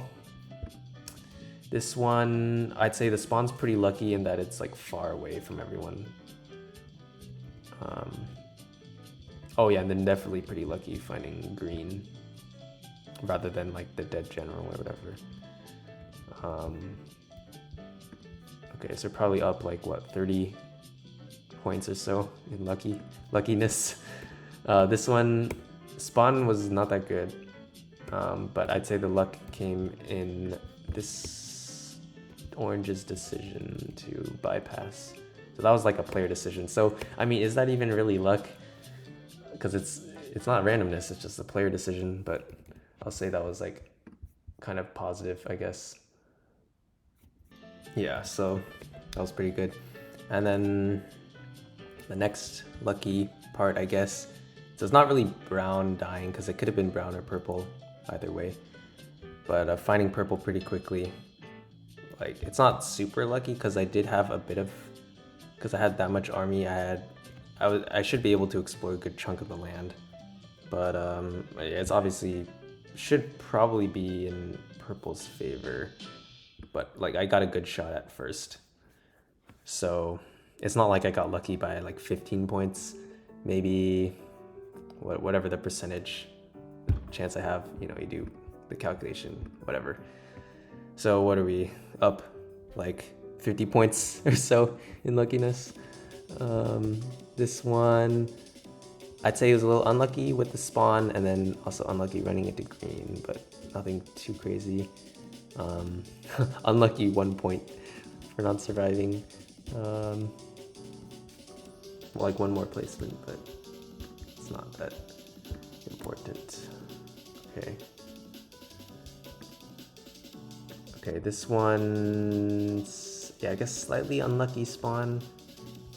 And then, yeah, I mean, blue could have easily chosen purple or red, and that'll just be one more placement.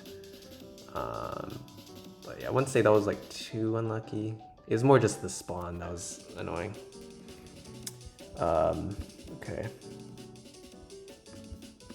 So then, what else? Okay, the spawn here, it's not great, but it's not horrible. Like, I'd rather have one of these two. This one, it's okay. It's not that good. I think purple's pretty good. Yeah. Lavender is about as good as orange, maybe. But yeah, that was pretty good. And then, oh, also, yeah, I guess lucky enough that someone here died before I did. But not that good. Okay, here, I actually thought the spawn looked pretty good, but then the unluckiness came from what, green not defending. That was unexpected. Yeah, so that was pretty bad. Definitely could have survived. You know, even third maybe, but you know, at least got fourth, so it's not the worst thing. Okay, and then this one, what happened here? Yeah, so pretty bad spawn, I'd say. And then slightly fortunate, yeah, with lavender not defending. And then, yeah, able to find red. That's pretty key, because could have gotten third. And then this one, I don't know what he's doing. Okay, so what are we? We're up probably like, what, 50, 60 points in luckiness? Well, if I got unlucky at every turn, I don't think... I mean, I definitely could have gone like 110, 120 or so.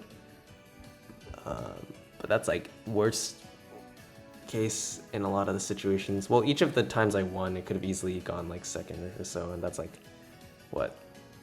Like 7 or 6 times like 7 points or so. That's like an instant like 50 points to lose. Yeah, this one's a little unlucky, but also it's kind of the decision I made to not choose the right expansion path. Yeah, spawn wasn't that good though, so I had to play a little aggressively. This one, pretty good spawn, lots of space. And then, yeah, pretty fortunate. I found lavender. And then at this point, it's not that much difference. Okay, this one, the spawn wasn't like that good, but it was good enough to kind of do a cave. And I mean, I was kind of spread out, but I mean, blue probably has the, well, actually it's a little crowded in there. But yeah, blue and lavender have pretty good spawns, but you aren't aware of it as you're playing, but yeah.